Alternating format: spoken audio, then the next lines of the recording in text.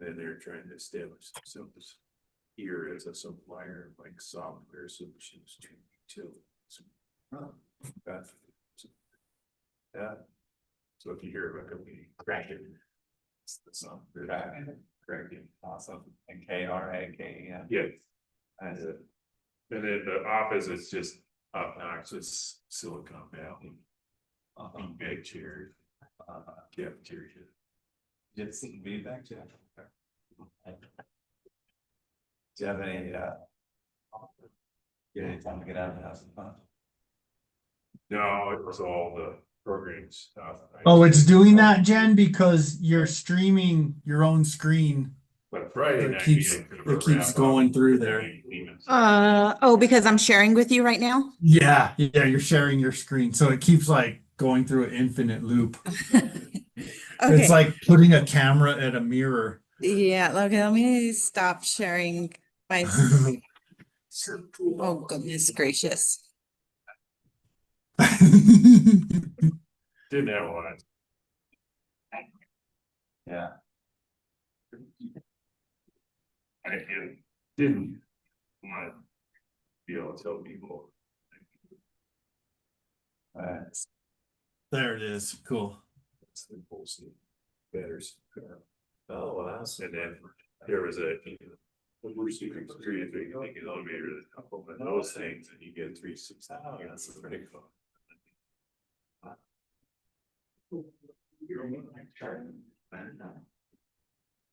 Pretty cool. All right. Hey, Jen, Yeah, can you somehow get me that link, whether it's an email or a text or a Teams or whatever it may be? is it the link that's up top? It is the one that Oh, I need should be in the YouTube. Oh, you know what? I think I can. Let me check something first. I might be able to pull it right off our YouTube channel. Yeah, give me just a sec to make sure. I might be able to just get it. Yeah, I think I see it. Yes, I'm pretty sure. No, I got it. Yeah, no, I got it. I've already got it. I've already got it in link.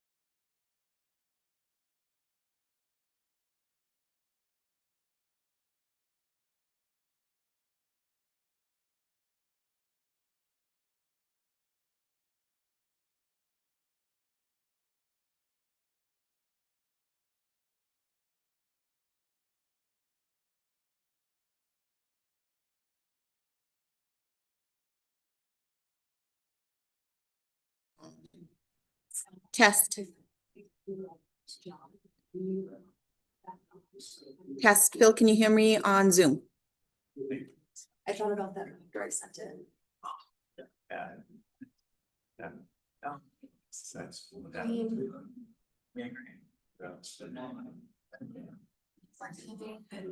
This needs an expert on staff and then last week was. Right, yeah. Thank you.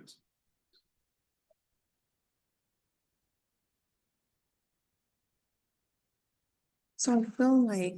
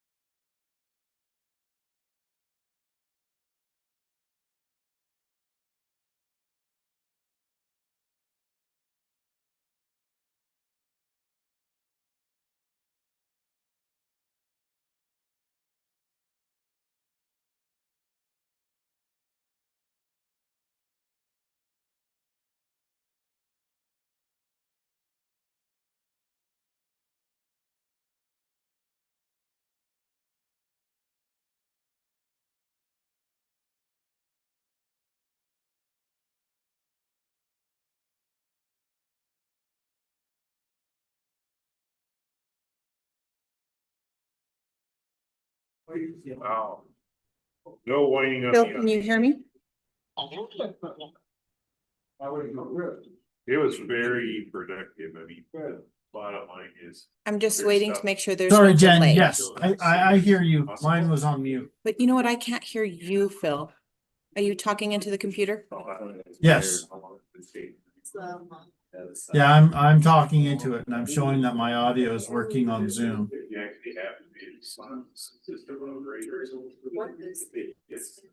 Phil, Yeah, I can hear you, Jen. we can't hear you. Okay, you might, well, you might have to turn your audio on if someone's calling in to talk. Okay, and I don't think anyone is. There's no public commenters.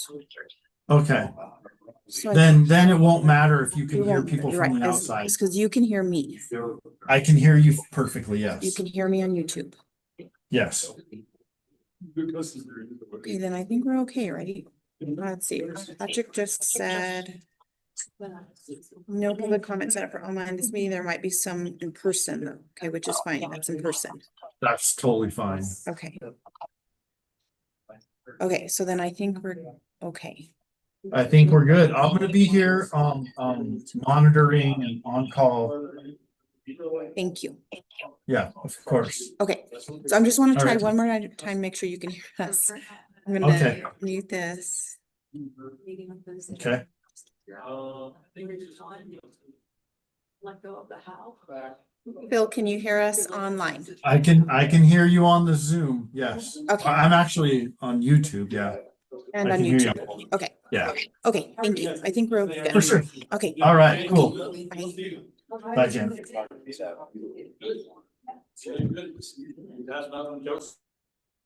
Mola.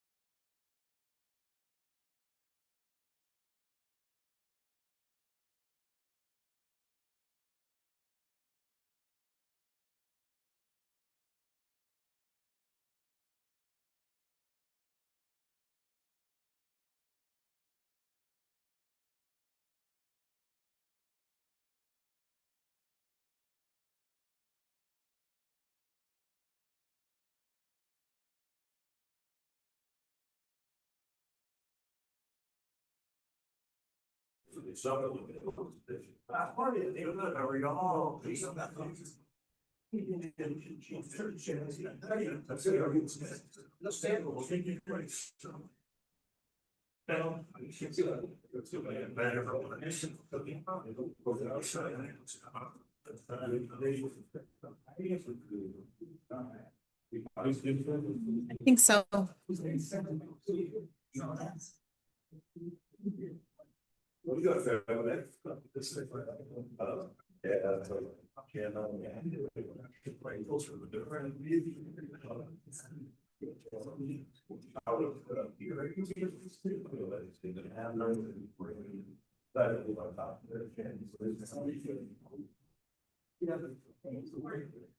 Good morning and welcome all. Thank you for being here.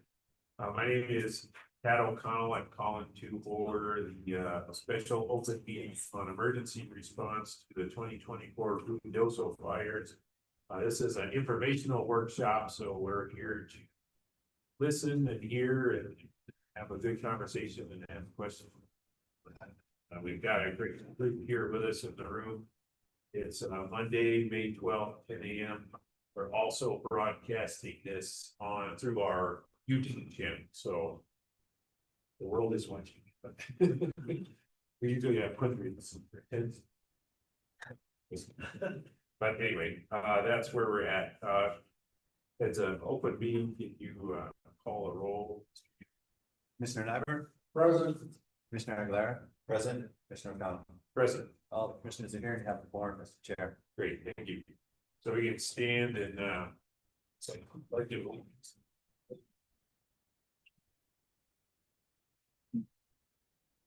Pledge allegiance to the flag of the United States of America and to the republic which stands one nation under God, indivisible, with liberty and justice. With the flag of the state of Mexico, be a symbol of perfect country among the United States. I gotta say that was more robust than you said. Commissioners, we have an agenda in front of us. Maybe we need to make the agenda. Yeah, I think I'll just flip two items and we'll start with introductions of special guests and then on to public comment. So seeing no objection, we'll move forward that way. And then introduction of special guests. We have with us here today Senator Nick Paul from Alamogordo. Just thank you for being here, Senator. And if there was anything you wanted to say, welcome to grab the mic. If not, we'll just be happy. I don't think that I do need me to use the mic. Only if you want YouTube to hear you. I don't mind. Yeah. Is it on already? There's a little switch. You just push up and down. Okay, now everybody don't mind. I just want to thank the commission. You know, I think it's great that they have taken the opportunity to come down to our neck of the woods, right? Senator for District 33, so northern half of Otero County, all of Lincoln County, little southwest corner of Chavez County. But I think it's always great that we can get commissioners like these gentlemen here before us today so that they can hear concerns, get input, and we can hear the same from them. So appreciate everybody being here today. Thank you guys for making the trip down here and taking time out of your day. Thank you. You just give the mic back to me. Is there anybody here who would like to do public comment? Not seeing anyone in the room here who wants to do public comment. Did we have anybody registered to give public? Yeah. No. Okay. Well, then, frankly, bring back up. Sorry about that. I just figured you could walk in around.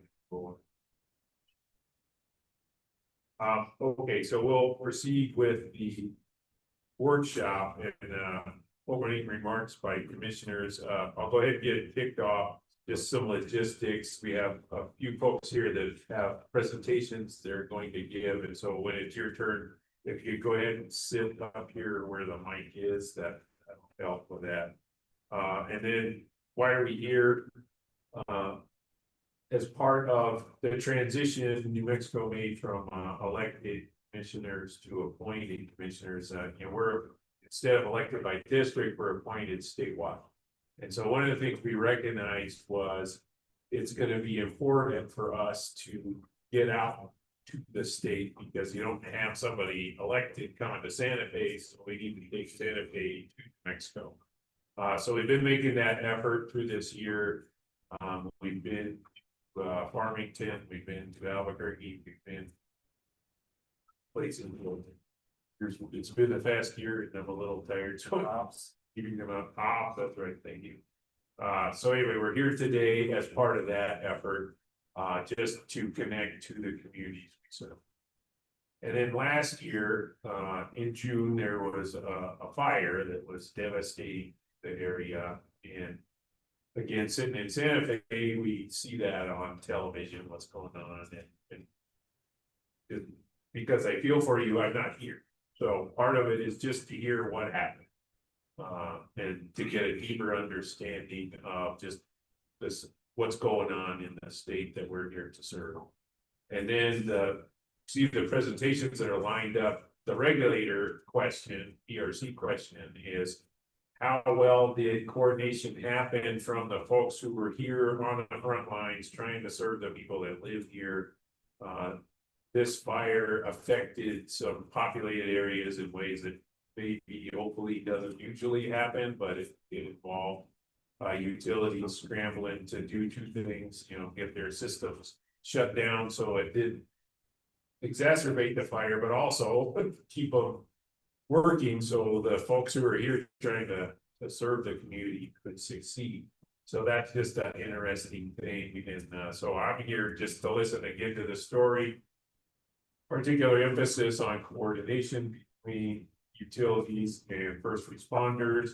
And my takeaway from here will just be thinking about, are there things we as a commission can do to help communities across New Mexico, knowing that unfortunately things like what happened last summer might happen again, maybe even like that. So anyway, that's why we're here. Delighted to be here, and even more happy to see so many here. And then shout out to Godfrey for hosting. So thank you very much. Commissioners.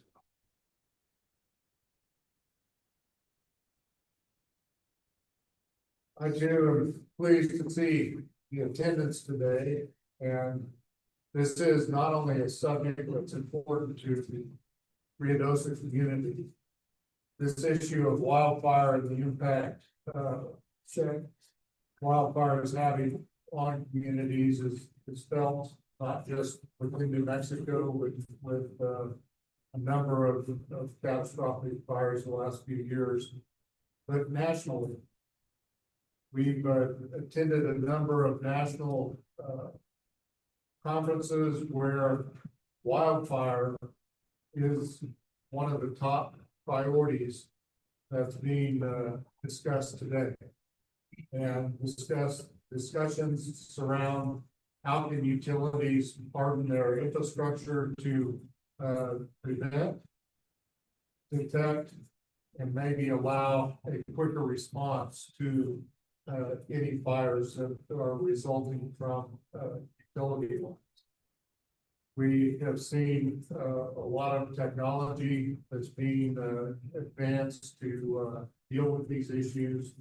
And so we actually Thursday held a workshop all day to discuss many of these issues, to find out where we as a state need to go.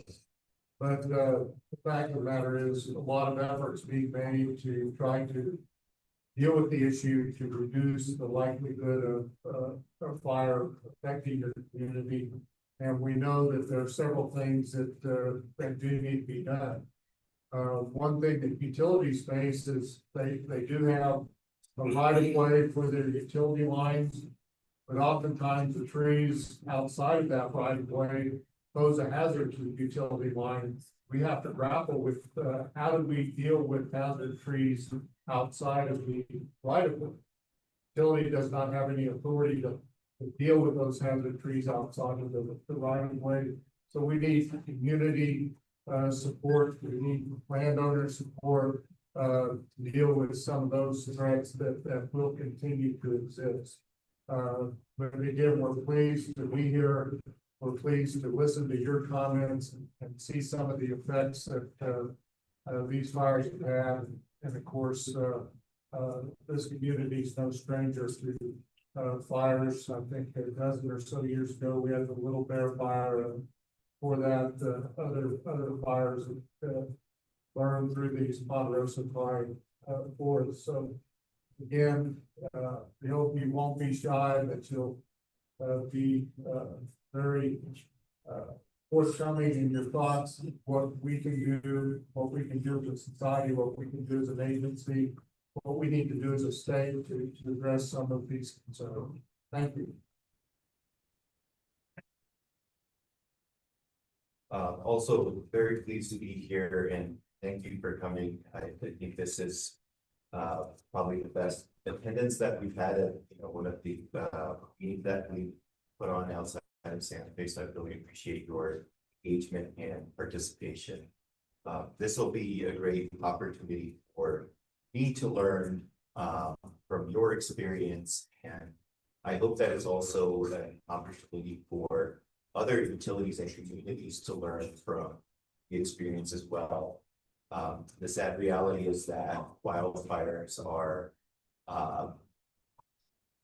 more frequent and getting worse and worse as our climate continues to get drier here in New Mexico, and we get more wind. And so this is not an issue that we can just kind of experience and not learn from, have to make the most of it.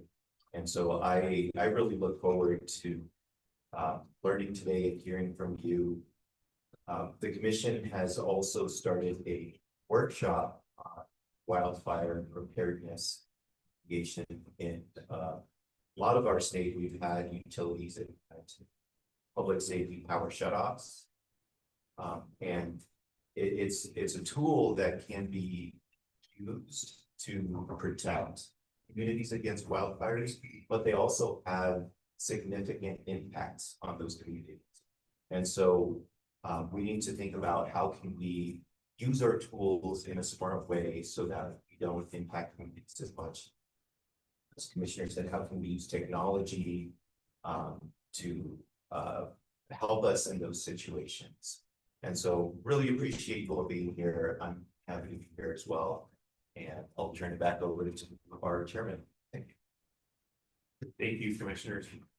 So just the agenda we have set up, we're going to have a couple of presentations from the community here, starting with our hosts, Mescalero, Apache Tribe, and so we've got Godfrey and Johnny and council members here to provide a presentation. And then we want to hear from Village of Ruidoso. So got Eric Quiller, Emergency Manager, Kate Hall, the Fire Chief, and Stephen Minner, the Police Chief. So again, that's part of this. We just would like to know from your perspective on the ground what happened, what went well, what could have gone better. And then we'll take a break, and you've got some refreshments back here in the back of the room. So we'll take a break, and that'll be an opportunity for those of us in the room to have some very valuable conversations. I know we've been on Zoom for a long time, but I've heard you can't replace talking to people in person for that type of thing. So hopefully we'll be able to take advantage of that. And then we'll have presentations from the utilities that the PRC regulates that serve this, so sea and natural gas. And so anyway, I think we're ready to start with the community presentation. So take it away. I've got Daniel Metzler with me too. Oh, good. Thank you.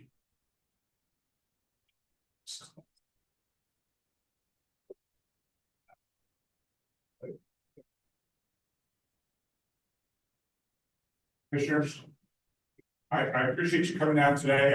From the time I saw you on the Tribal Advisory Committee, when I met individually with all of you, to you guys coming down, Jennifer, for all of you that have come down from the PRC, I appreciate it. Thank you so much for this public inquiry to what happened for the two fires that we had at the same time.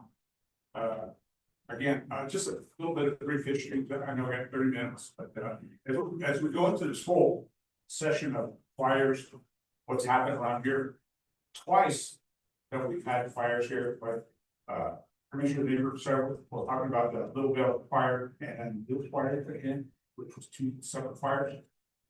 We lost total communication. We had no incoming calls, but all cell phones were shut down. Pretty much everything was done. All we had was radio services. At the first day of this, we had what they call initial attack, meaning going after where they had, finding out what's going on. Maybe some 30, 40 people time till the winds came. That time there was a fire that was just right down the road here. Tankers coming in trying to in a community call, and the fire started, and they were quickly able to extinguish it. But coming in, the tankers were coming in, and there was fire on the mountain, which was the south. Started going full good, and in the communication, trying to get people to get. Someone had to take over and try to get things on. So there was a lot of confusion at the very beginning. So even though you can see that big fire, tankers could not drop water. So they were finally initially told to go through that.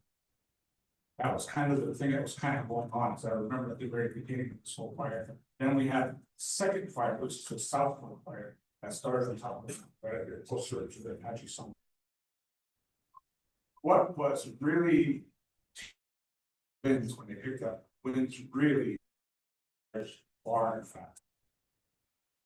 Really trying to get off. I mean, there's just no way pile hundreds of people in an area that everybody's trying to go 2 different ways. And area that was in your community that really started that whole thing.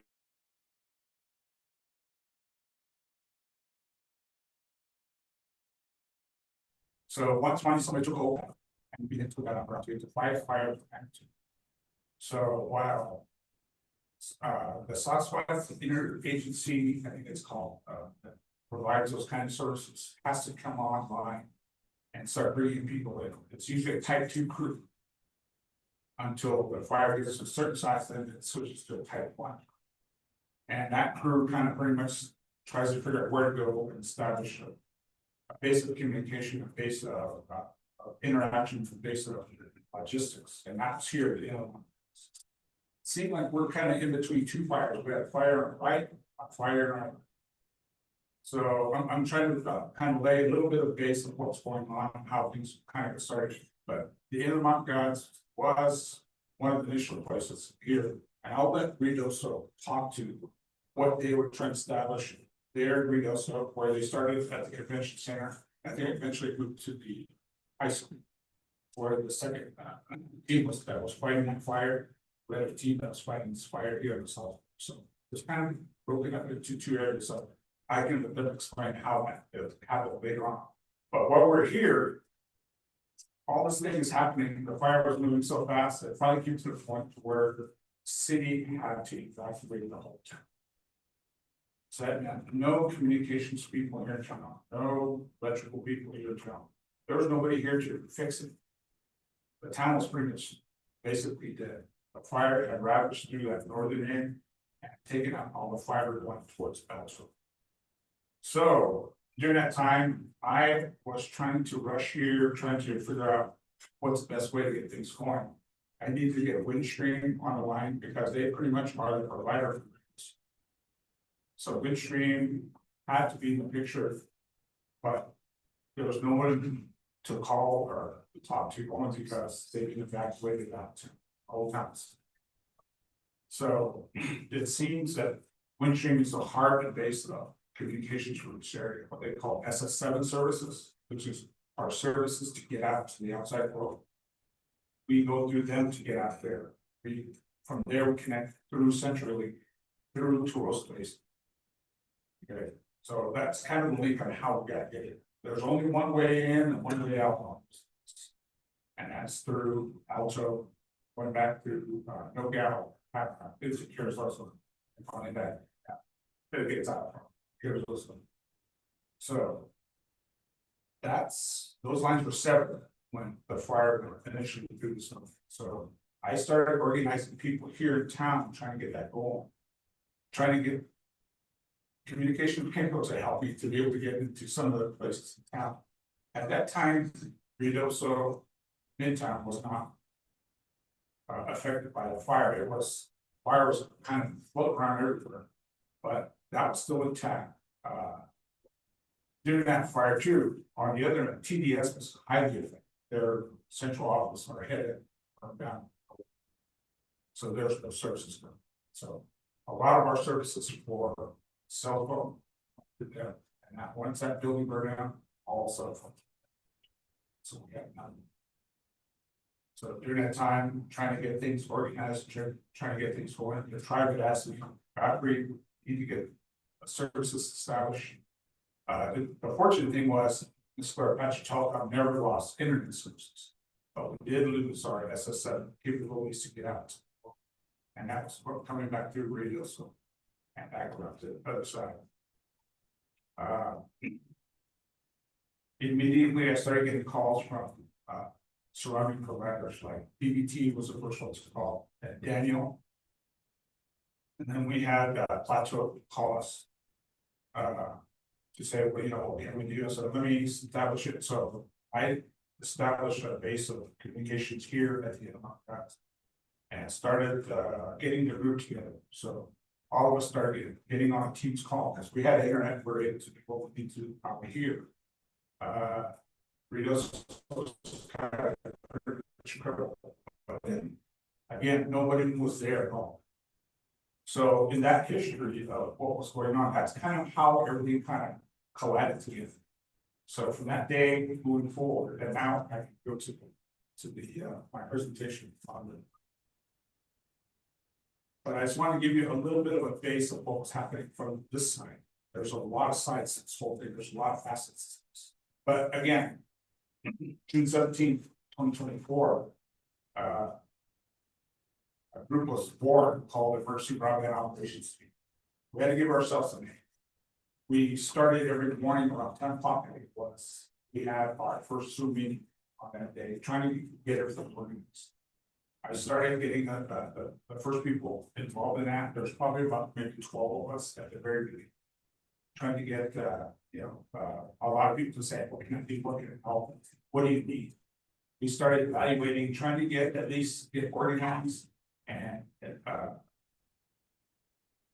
during the Little Bear fire, we were able to work with Ruidoso Basin before to be able to get our SS7 links back up, and they were able to do that. We got that done. Daniel came in and said, you know, we're ready to help. What do you need? We got the fiber set up, and I'll let Daniel about that. You know, we kind of had that connection before active anymore. So we were able to get with the team. They did some of the black magic that they do behind the scenes as far as rerouting traffic. We were able to get turned back up and reroute it through our network so that Mescalero at least had communication. Like Hunter said, they had internet, but at that point, so we're able to get that turned back up and then open up the lines of communication so that we could team.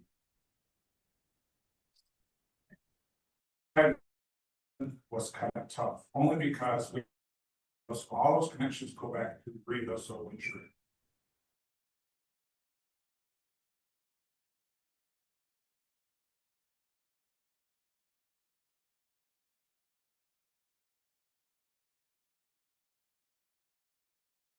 Got a hold of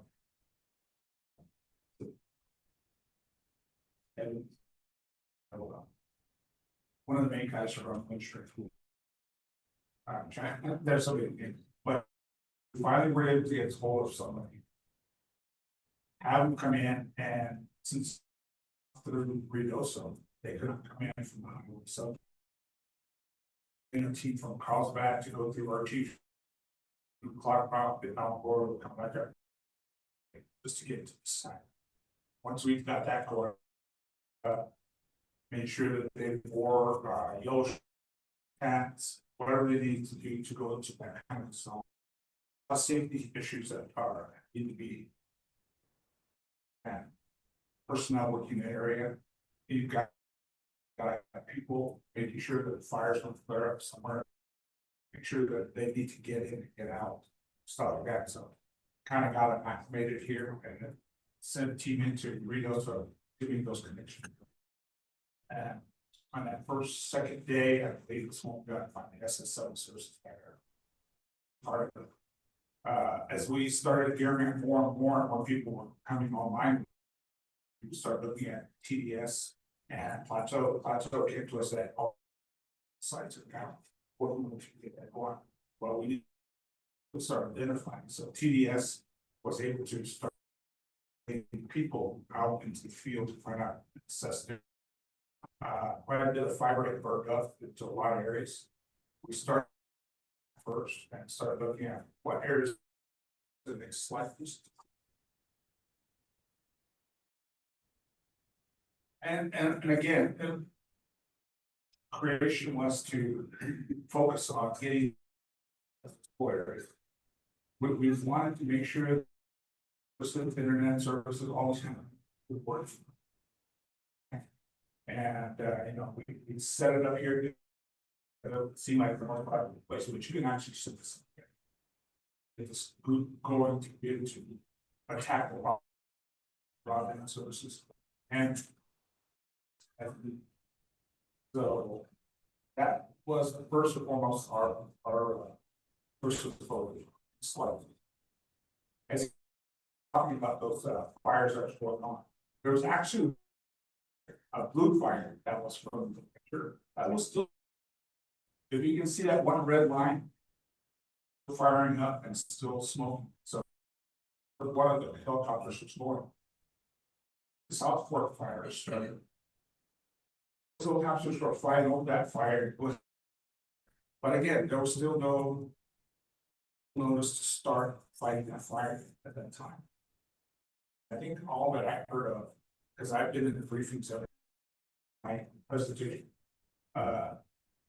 to that Southwest area group. It's an incident management team 5, the group that was kind of out here on that side. So this is a map of that. But in trying to get that going, like I said, once we got going through, again, if you can see where the two fires were between us right now, there's one to the north.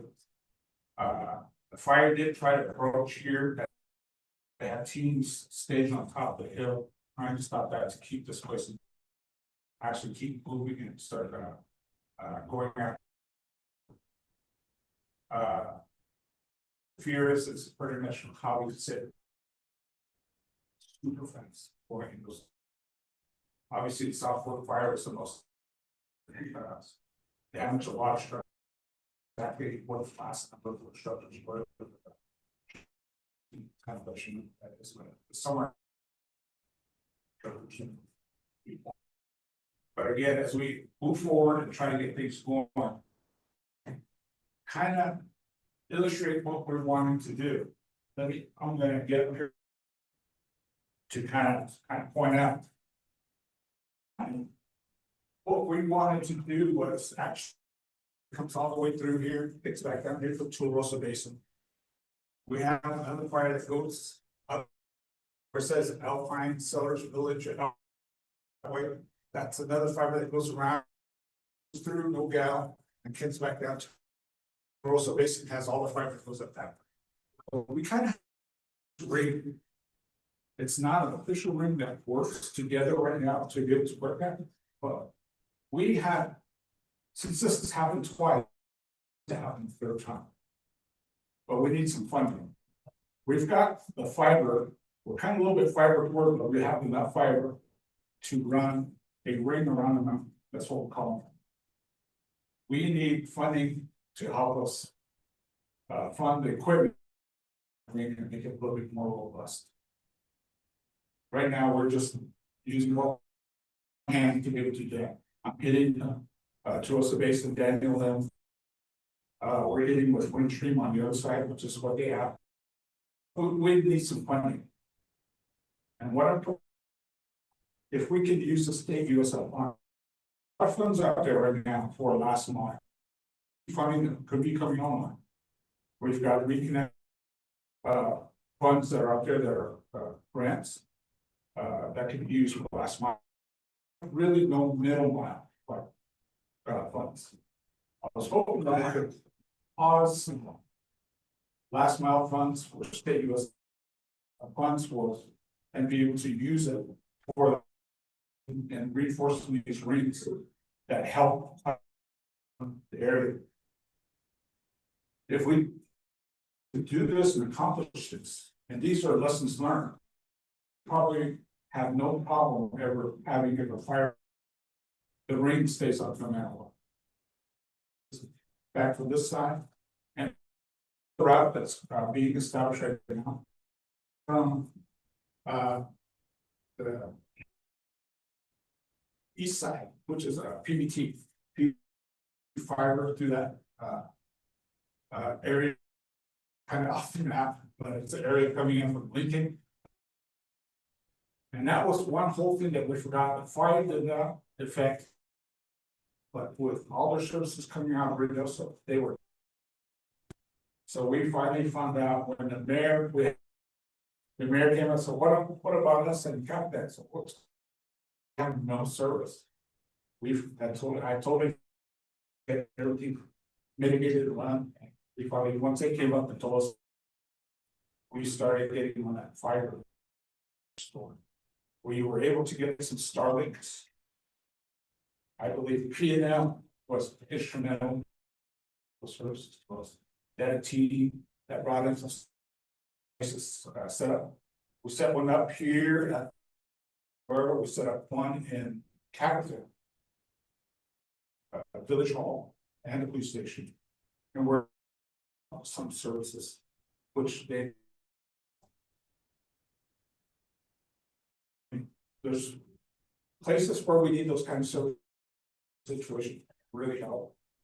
And those are things that, but as we start looking at this, how can we make this better with this? And hopefully not go through this again. You can see here, there's still options. There's still a lot of things. Right now, here, our fire danger is the highest level right now because we have no moisture. And it has been getting a lot of moisture up there. Looks good up there, but not enough. So it's setting rough year here pretty soon. And if those winds are but I want to have some help ring around my team is still been meeting. How we can work it. We've been ever since that time. Next slide. As you can see, we did have that services going in the air and that air lantern dropping line, lay a line for 5 miles. This is the very start of that. This is around 11, 12. You can see that small South Fork. This is the South Fork fire, and this is the North Fork. So we take a look at that next slide, please. I was looking pretty raggedy. I was tired.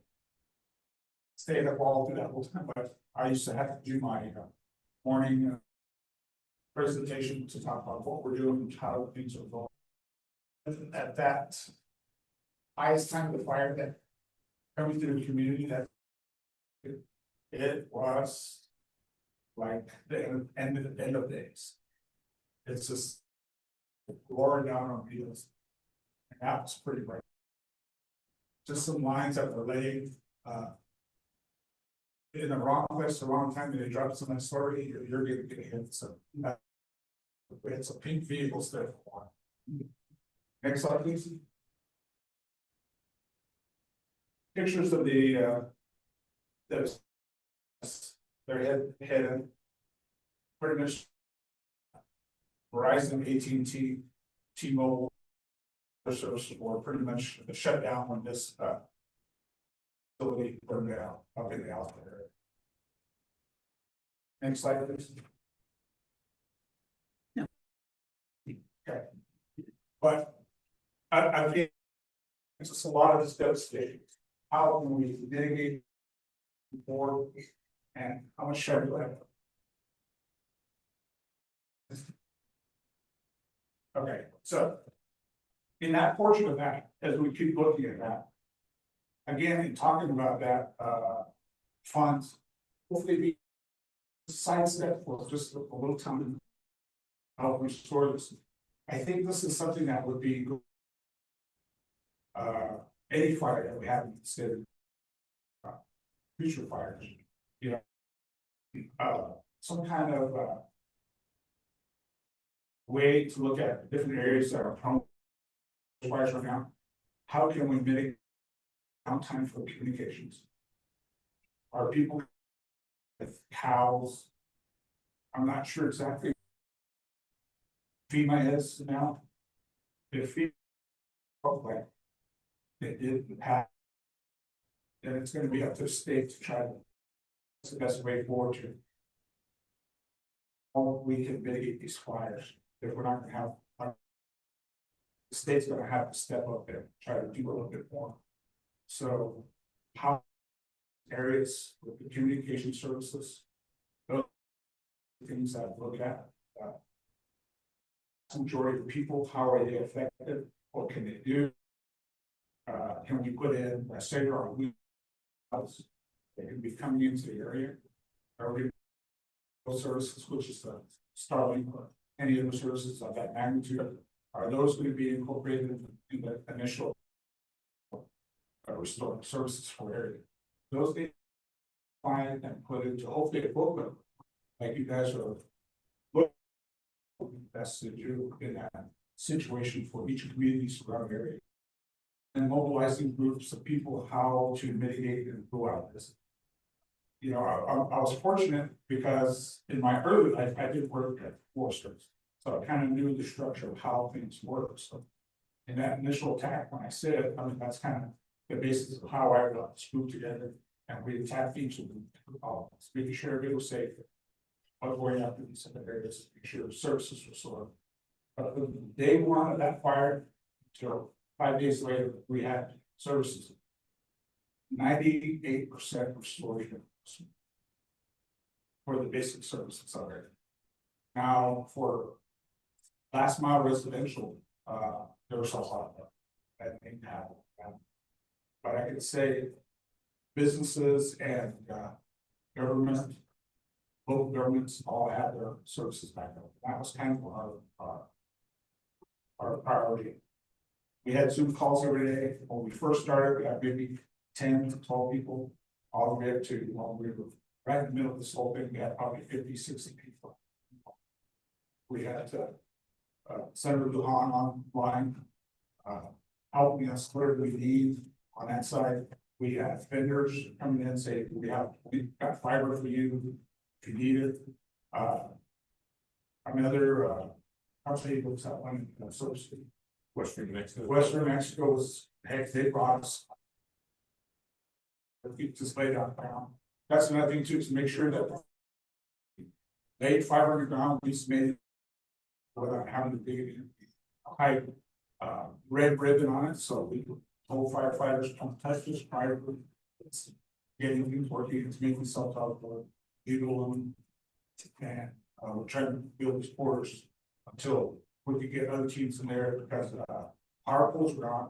That's another thing. Yeah, man, they came in and said, what can we do? How can we help?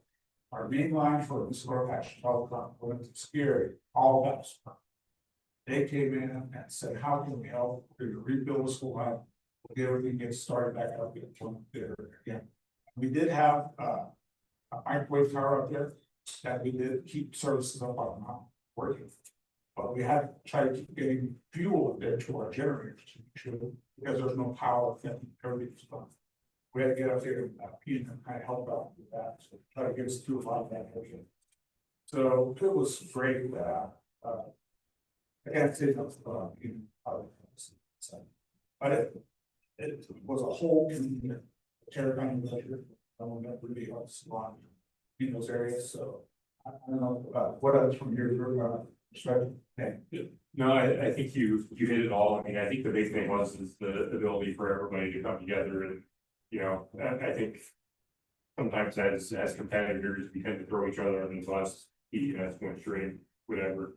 But in this scenario, we all came to the table, we put all that to the side, and we're able to work together to get things back up and running. Like Audrey said, most of the cell towers were actually served through TDS's head end. But we all came together and helped get that stuff back up online. That was kind of the key to really get things moving. You know, but in order to look at future health, you know, how can we mitigate this and try to make it easier for people to post? There's a template that's kind of built on it. I don't know if it can be duplicated again, but a lot of the aspect. Yeah, I think you can. I mean, it's part of that emergency access plan. You have to have that in place, and I think that having, you know, something like the e-bot, I mean, as part of that is going to be instrumental. I think as an industry, I think we're all willing to work together. Like you said, we have companies as far as Silver City say, hey, we have a school library we can bring over for the library. So I think we're all willing to do that. It's just taking that first step and saying, hey, we need some help, let's get organized. So I think that having that part of the emergency access plan, that action plan is going to be part of it, just that communication piece of the action plan. It is, and again, going forward, like I said, we're just trying to get together. I said, I cannot say enough about everybody's cooperation. I've never seen cooperation like this. I really calls from all over the country too, saying, you know, we'll send teams out, whatever you need, whatever needs to happen. But just getting that word out, being organized and showing people that, you know, there's leadership there to be to solve problems. That's what we did. That's how we did. So that's pretty much our presentation on that. If you have any questions or answers, give some answers to any questions you have.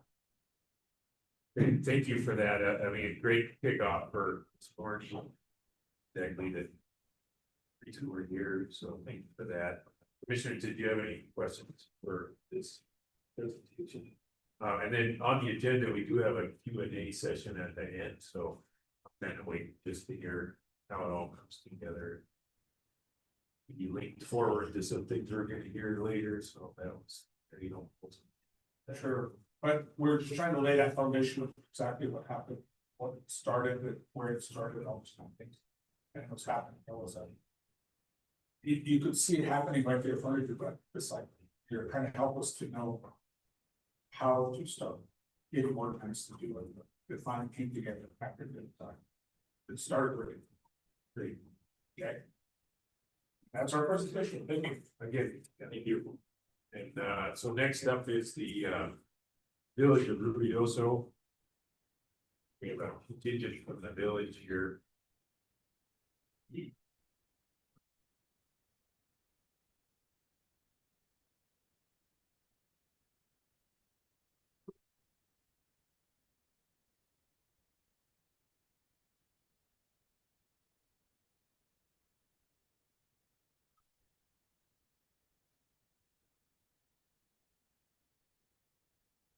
Thank you, Tim. Can you go ahead and introduce yourselves and floor is yours. I appreciate it. Hello, good morning, Eric Fuller, Emergency Manager, Village of Ruidoso. Dave Hall, our Chief Marshal. Thank you. So, first want to thank, of course, the PRC for allowing us to come and speak about the events that happened over the last summer. We're coming up on a year. It's hard to believe. It's been an incredibly interesting year. Interesting is probably not the right word. But just the sequence of events that continue to happen and will continue to happen for the next couple of years with post-burn scar flooding. So just wanted to share our insights. It's a lot. Excuse me if we get emotional. We are coming up on that year mark. So we'll go to the first slide, which is kind of a recap video of what the world saw. We have that sound. Sorry.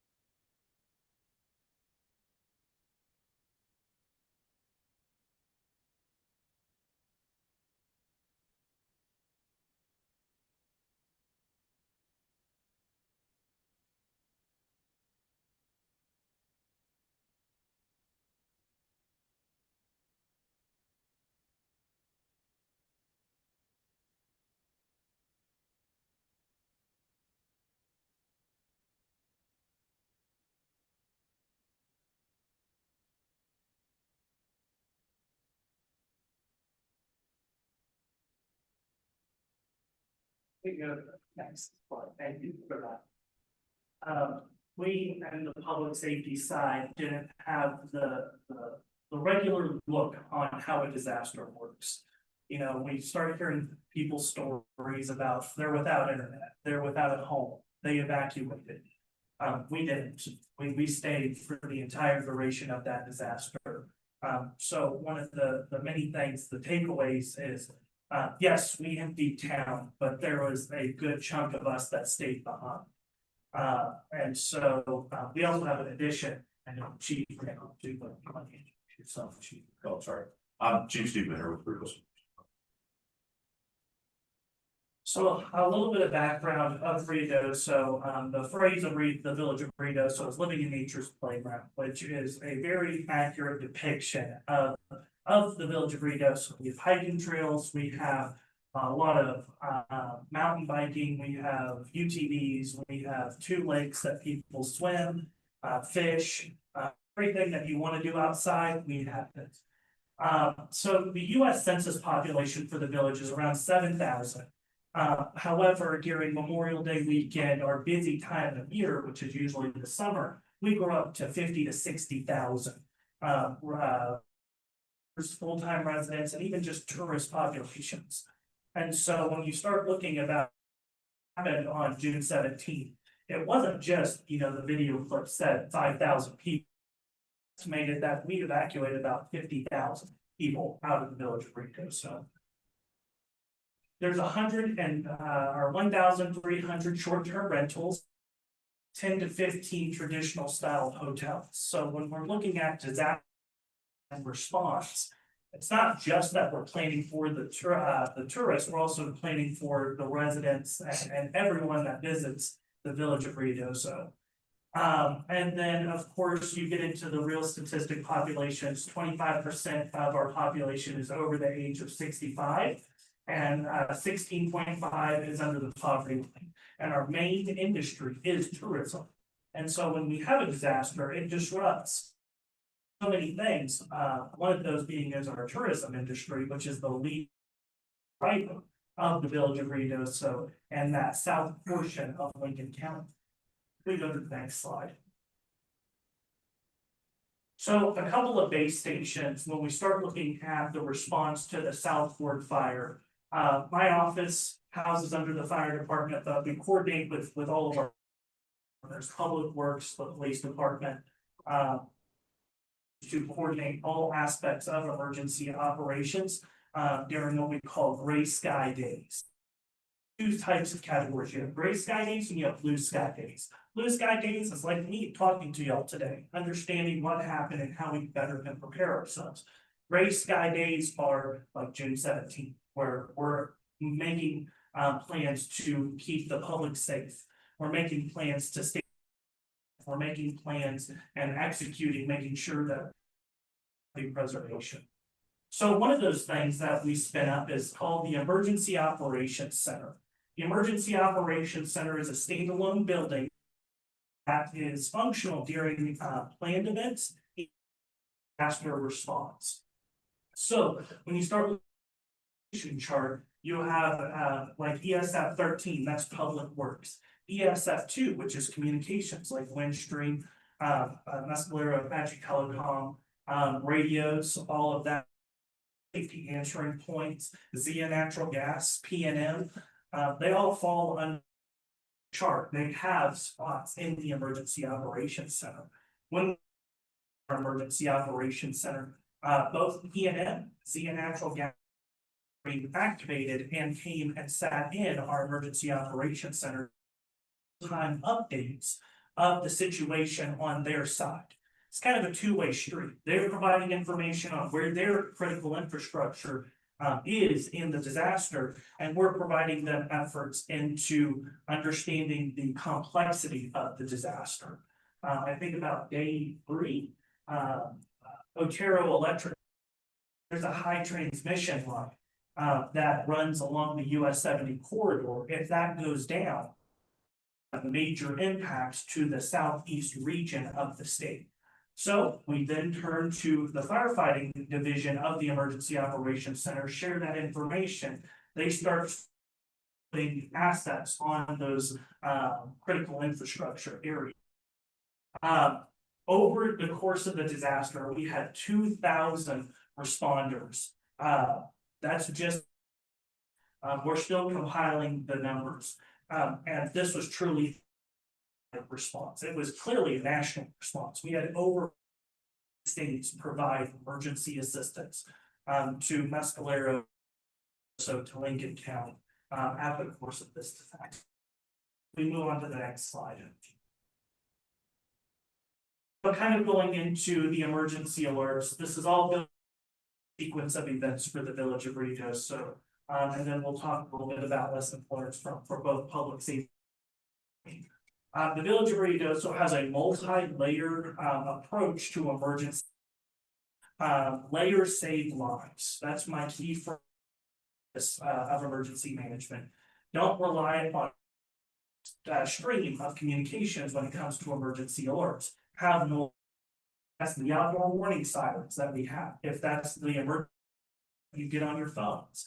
If that's a NOAA weather radio or relying on traditional media sources like TV and social media, as well as radio, always have multiple layers for redundancy. That's what I like to really harp on, is as making sure you have redundant communications. So, village emergency alert system, again, we have our sirens, but we also have a approach to emergency alerts. It's that ready, set, go. We see across the state, and we're seeing more and more as we have get issued for wildfires. So we have a level 1, which is that's just so you can be aware. Every time that there is a wildfire, we'll issue a ready status. Hey, be aware that we are monitoring a wildfire. You don't have to take action, but we want to make sure that you understand that there is a possible threat to your life. Level 2 is set. Hey, start making plans, start packing. Sure that you start getting your dog fed, ready to go to travel. The key thing to all of this is if you feel unsafe, you have the power to self-evacuate. Don't rely on me to make sure that you get noticed. Because again, we could have a catastrophic failure where all redundant lines of communications go. So if you feel unsafe, please evacuate. First, you have your go, which is there is immediate threat to your life and safety. Time is now. You need to pack up and you need to. This is your last notification level. We're not coming back and notify. The thing is, we could go from a level 1 to doesn't go in sequence of events. It could be again, just like what we saw on June 17th. Level 1 to Upper Canyon, all the way to a level 3, you need to evacuate Upper Canyon. Messaging that was sent out. And so notification, it's really hard to grasp. Again, an immediate threat to your life and safety. People were things that they were taught, or they panic. A lot of panic ensues once we start doing evacuations. But we'll talk more about why we went from a level 1 to a in the next slide. So the wild scenario, the worst of the worst. That is a one-way in, one-way, one egress. And it's complex. Ruidoso. So when we start looking at disaster planning, one of the things that Chief when I first got here was if we ever have an incident within the Upper Canyon, that's going to be a wild scenario, the worst of the worst. It's going to be bad. This is the one that since the conception of the Ruidoso Fire Department, they have been tabletopping, they've been planning, they have been under threat. If there was again an emergency in Upper Canyon, it would turn south really fast. So when we start looking at why we went from a ready status to a ghost people out of there, because again, we have a one-way and one with choke points. So when you start looking at the messaging to the public, when you want them to take action, hey, when you give them leniency of hey, people with access and functional pets status, that doesn't portray the urgency of the situation. There wasn't really that much urgency in that moment. We wanted to get people that could get urgent really fast. Chief, did you put that portion of pertaining? Oh, there it was.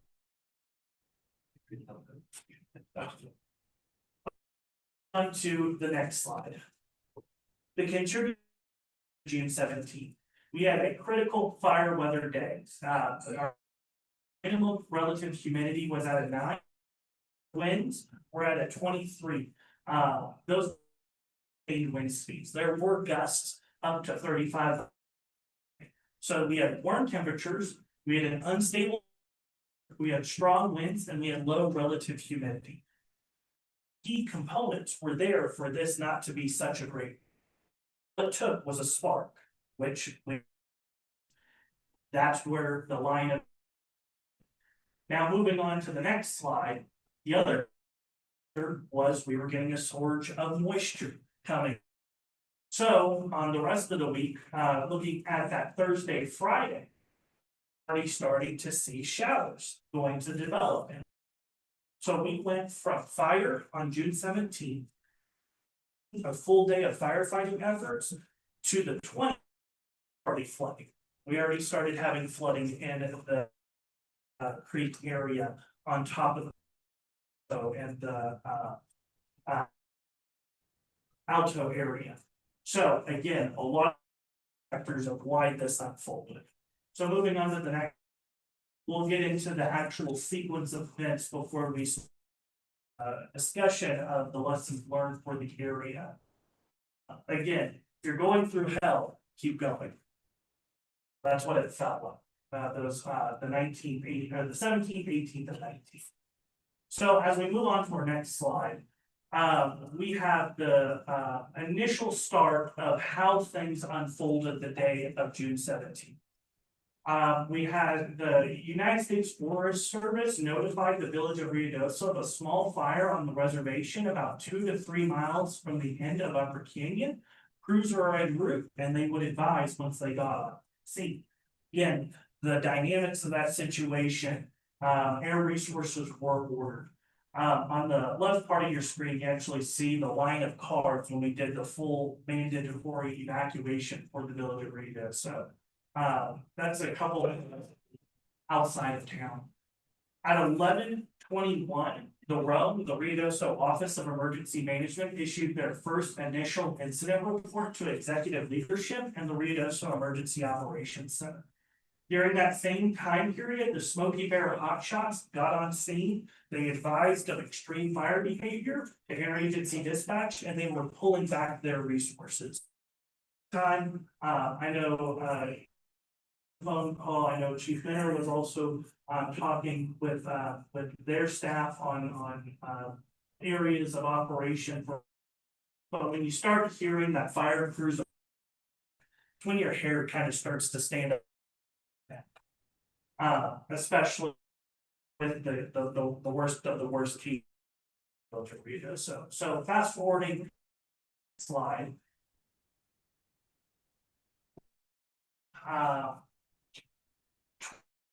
For the Ruidoso Office of Emergency Management contacts and moves the EOC, the Emergency Operations to level 2, which is a status or an escalated response. At the same time, Mescalero, the Office of Emergency Management that the South has grown and Upper Canyon and Brady need to be placed on a ready status. So status for those individuals. Not only 30 minutes later, we start issuing those for Upper Canyon because again, we want to get those residents out. Same time, the emergency management level 1, which is maximum readiness, issue a level 1 emergency for the village really goes of government operation. So the utilities are no longer processing utility billing. They're moving the operations center and staffing our phone call center. So if people have questions, call the emergency operations center and get phone number to resources. It's my house and evacuate those questions. We also when in level 1 activation issue, we activate the emergency for the village. So we have the basic plan and 23 functional annexes. Annex L is utilities, and Annex B is. So we're already talking with our partners on the. How are we providing water supply? How are we doing communication needs? How are we doing all of the things that we need to save lives? Stabilize the incident as well as protect property when it matters most. So we're already talking with all of our elected officials. The public safety chiefs are running their side of the mission, which is on the grounds mission, and the emergency operation doing that strategy and that policy direct officials. At the same time, my office with the New Mexico State Operations Center, that's the Department of Homeland Security Response Bureau. And we're also talking of DHS, hey, this is what's unfolding. Going to need a state disaster declaration. And that opens up more funding for the local jurisdiction. Again, when we go to level 1 maximum readiness, issuing a local state of emergency. Again, it's those bureaucratic to get funding resources from the state as well as. Again, by 128, Upper Canyon and Brady issue of no status alert. Moving on to the next. By 221, those statuses were issued for that entire west. Upper Canyon, Brady Canyon, Ponderosa. And Village, Cedar Creek. And then by 347. The Emergency Operations Center was talking with Chavez County Office of Emergency Management of a possible evacuation. So we were already pre-planning. Hey, we need to start mobilizing shelter trailers. They're not Ruidoso. We need to start diverting all of those resources as county because that's where the population is going. Why did we make that decision, or why just recommend to the executive leadership to make the decision to? We were getting information from the boots on the ground at the time. 2 of the 3 evacuation routes were common. So in the village of Ruidoso, there are 3 main the village. You have 70 going east and west, 48 going out towards Capitan. Other than that, 3 main arteries. Well, you already had compromise west towards Alamo, so towards Alamogordo and Mescalero, and going north towards Capitan. Those were already compromised with fire. So the last means of evacuation east towards Roswell. Well, we didn't want to get that compromised as well. So we made the executive leadership. Now's the time that we need to evacuate. And I'm glad we did it because not an hour later, we move on to the next slide. Communications went down. So at 6:40, we issued that evacuation message. Ruidoso Office of Emergency Management, a wildfire is moving towards the village of Ruidoso. Evacuate immediately. When evacuating, take New Mexico 48 to US 70 to Roswell. Do not delay in gathering belongings or make efforts to protect your home. That's reinforcing your time to go is now. An evacuation shelter has been established at Eastern New Mexico University in Roswell. For more information, tune into 1490A. Looking at communications. The village owns our own radio station, 1490A. We started putting out information because that was one of the only communication methods that was still being transmitted from the village, was through AM radio station. So again, going old school, but that's not always a bad thing. We can still contribute to public safety messaging because of relying on our redundancies. At 7:40, cell phone communications and internet went down, village and county wide. So we cannot send emergency alerts at that moment. So at 6:40, we sent that village-wide emergency alert. By 7:40, we finished making phone calls outside of the village. The village at this moment in time did have our sat phone, our satellite internet phone, and we were coordinating through DHSCM and through our partners as well. But at that same time, if we move to the next slide, we made the decision to relocate the Emergency Operations Center because of conditions and extreme fire behavior. So we moved to Carrizozo to restore internet as well. So we're making sure that we're talking with our officials again from Santa Fe, through our partners, and Chavez County, because they took all of our residents, as well as everyone up on the mountain. So we relocated the Emergency Operations Center for the night, and then we relocated back to the village because the Department of Homeland Security Investigations Unit deployed out of El Paso their mobile communications unit.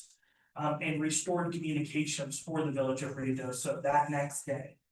Once communications were restored and and fire progression has calmed down, we made the decision to relocate back to Fire Station 1 Emergency Operations Center to continue that coordination aspect on the mountain.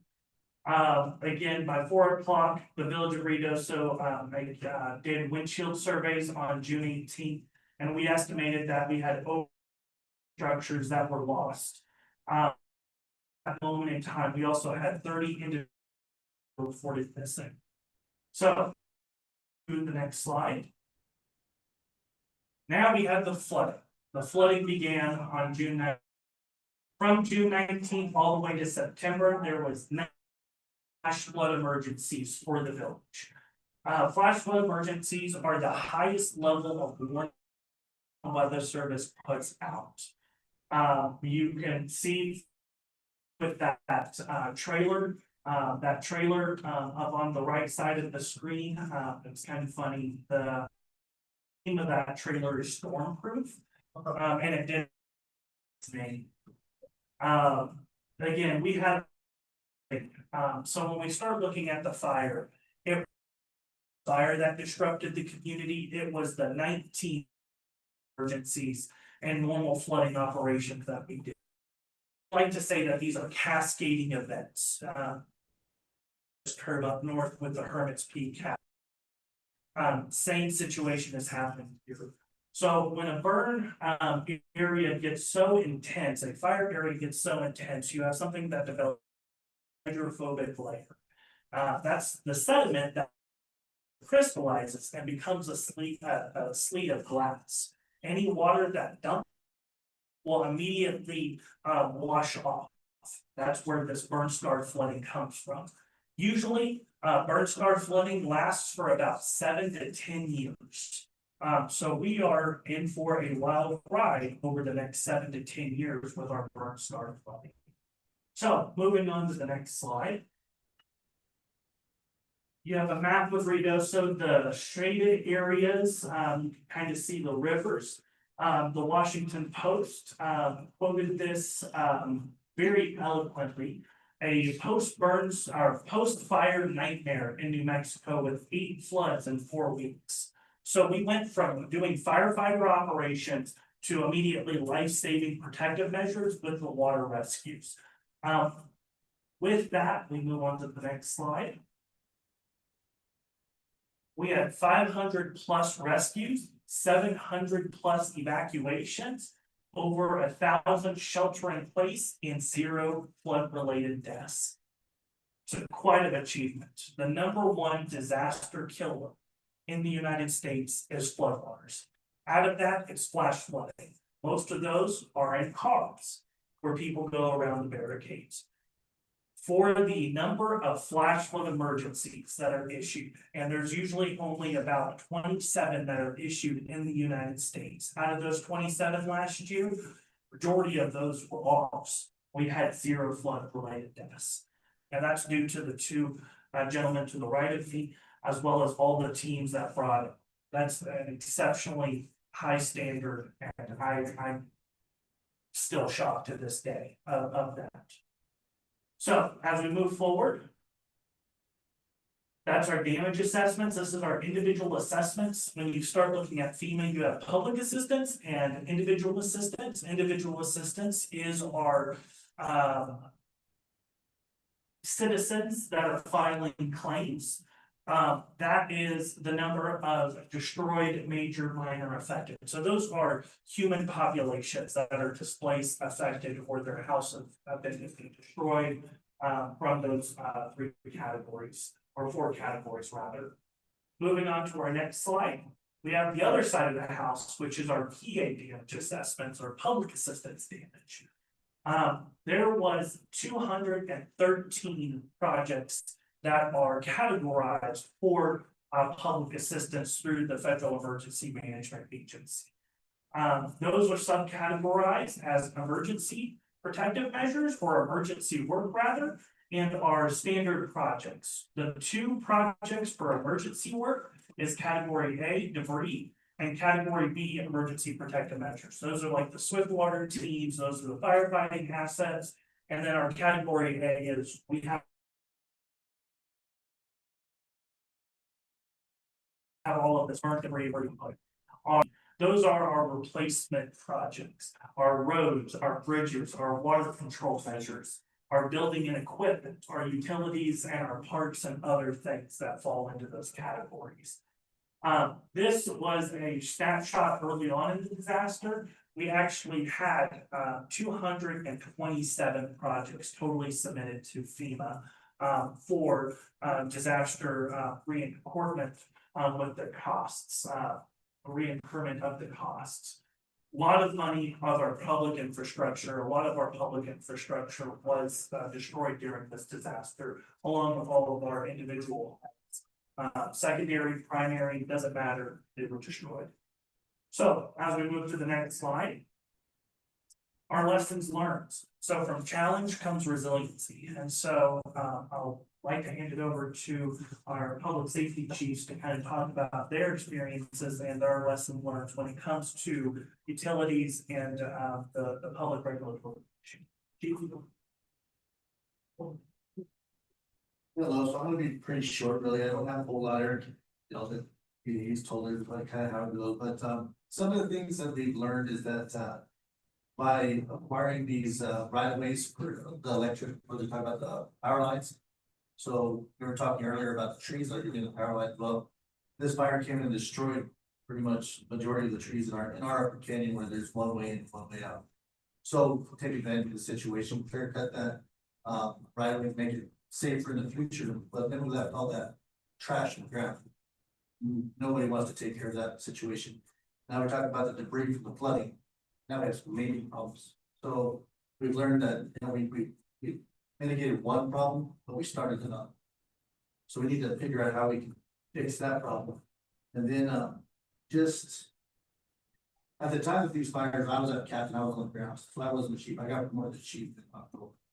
I didn't understand what the delay for a whenever you are finding a fire, you don't approximately 30 minutes to get that fire under control, or it's gonna turn into something like that. So when I got the call from the smoke rangers that they're gonna have they're gonna be pulling out, I knew that this fire was bad. So whenever you're back into the country like that, it is what it is. You don't have the resources you need to combat that. But when you're in a buoy, a lot of them urban interface, and you have approximately 15 to 30 minutes to get on top of the fire, and you're waiting for utilities to be there within 3 hours or so because they have standard that they have to follow. That can be in a situation where you're talking about shutting the power off to mitigate that situation there. You should really look into staffing better, mitigate that situation as well. So just things that we've learned that would be very effective in the future to keep something from happening.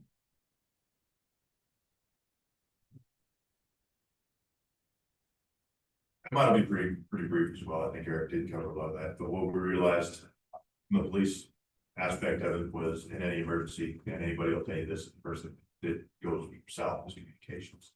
When we lost power, not only did we lose radio, or not radio, but our landlines, we also lost the cell phone towers because nobody was on backup or generated power at that point in time. But we also lost our radio channels. And it took us, we've got one that's on a manual generator, but it took us an hour to figure out that everything got down. And we had to pull people to get up there and address that so we could get so we've had to start researching other means of having redundancy built into our radio communications so that we can maintain communication between ourselves and between our partners within the village. And with everything else going down, obviously Eric talked about the 30, I believe it was the 30 missing individuals because we lost communications. We were able to account for everybody and nobody was acting or nobody was missing and nobody was killed in those incidents after the floods anyways. But we were able to account for everybody. But the reason was that their family members or their neighbors would, as far as not having communication with the village, and we couldn't communicate with them to say we had found people or those people are being gone, or that we had checked houses, and the only communication we had was just as soon as we had satellite internet, we were able to get through and through Facebook and start posting some of those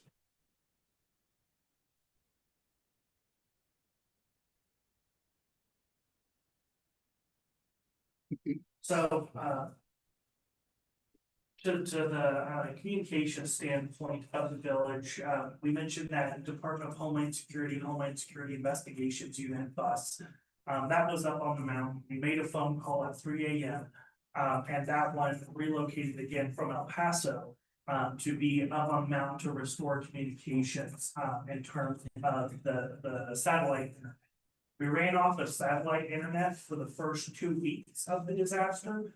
Then we started getting Windstream back up and operational. We started getting our normal lines or normal lines of effort restored to the community. Looking ahead for redundancies, the plan is, and we're still on track, by June 17th of this year, a full after action report will be published and given to our elected body, which is for us, the village council. And I also know the Department of Homeland Security and Emergency Management for the state of New Mexico is also piloting their after action report at the state levels. They haven't said when theirs will be published, but our goal is to make sure that ours is published a year ago for the fire. I do want to give an amazing shout out, and I know they're still here, is the natural gas. They were incredible partners. They came in and they staffed the emergency operations center, and they gave us updates quite frequently. The emergency management office for the village produced a daily situation awareness report that was shared with all of our partners. One of those items was Zia and PNM's lines of effort for restoring community operations. So thank you for everything that y'all did during the disaster. It made our lives quite easier during the turbulent waters. We now have a bunch of Starlinks coming out of the disaster. We have 3 Starlinks that can be deployed. We have a new emergency operations center that is also going to be on Starlinks. And the other thing is we are acquiring a mobile command post, which we're actually driving out there after this meeting to go get it. And so a lot of lessons learned coming out of the disaster, but overall, and in hindsight, I think we did okay. We faced what was in front of us and we went through it. We just kept going. Definitely look for that after action report. We're happy to take any questions. Again, also, thank you for that presentation. Yeah, we were coming up on a year and sorry to make you relive that after that one. The funnest thing ever, but just from understanding how the pieces fit together. Also, Commissioners, did you have any questions for this group? Well, and again, thank you for being here. We got then the utilities coming up next, and it was interesting, just the thread of and you just maintain the power points, those type of things, and then the impact of the flooding. So I really appreciate you being here and looking forward to work together. For those of us in the room, our hosts have provided some refreshments in the back. Got on the agenda break schedule, so think what you need to do for biological needs, but also let's have a nice conversation, and then we'll get back together. Let's take a full 15 minutes. So I'm back at about 11:40. The presentation. Where do you have to go to pick up your? Thank you.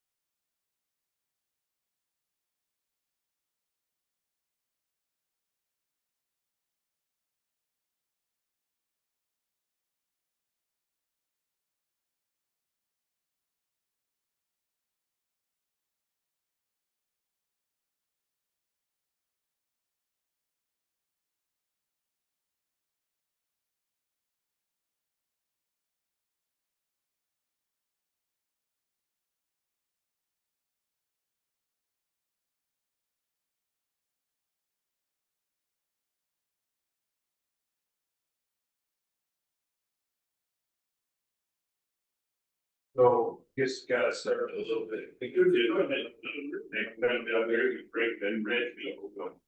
So, the beauty for my experience, I just isn't great for those of you who are watching online, so politics for that is considered something now that we know how to work on it. Continuous improvement, and we'll do a better job going forward.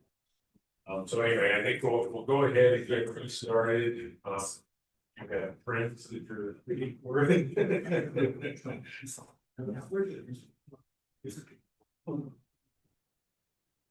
Okay, the first presentation during the utility presentation portion of this meeting is going to be Sia Natural Gas, and both Sia and PNM got some shout outs for what they helped with from the village and telecom groups during the event. And so now looking forward to, from utility perspective, what it was like to manage service during impressive event. You were all reminded just the scope of it, the village. So floor is yours. It'll be great. Thank you very much. Can you hear me all right? Yeah, ironically, I think the presenter mic has been fine. It's us that's been turning our mics off. Wonderful. Thank you, commissioners. Thank you for inviting us here to speak. As has been stated before, it was interesting trying to go through the photos and relive some of the timelines as we responded to the emergency. And I speak for myself, I don't know about anybody else, but every time the wind blows, I get a little jittery around here, especially in our dry conditions. Anyway, so my name is Leslie Graham. I'm the general manager for Sia Natural Gas Company, and I'm going to go ahead and present our response and discuss the list of coordination needs, what worked well with what we have been improved. Next slide, please.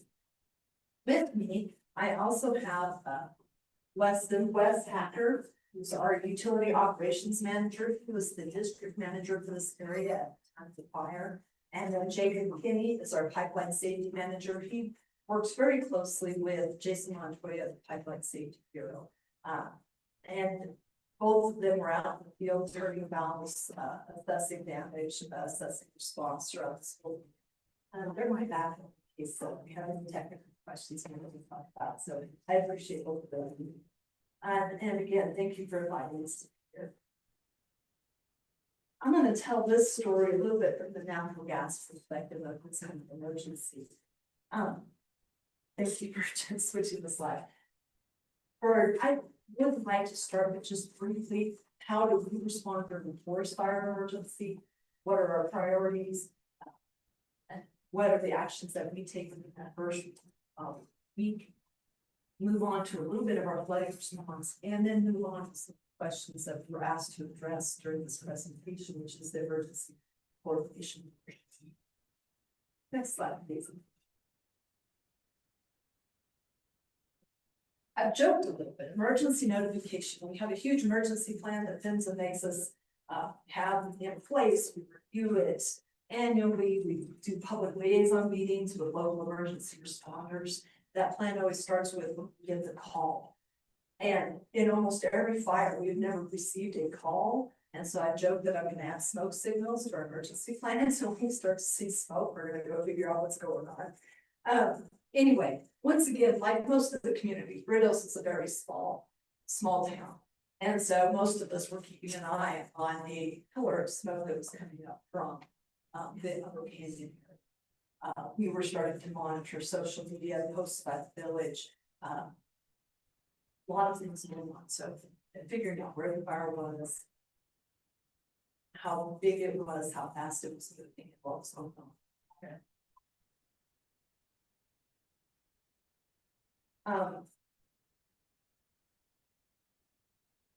Let me talk about our priorities a little bit during the fire, and we'll talk about it, our actual response on it.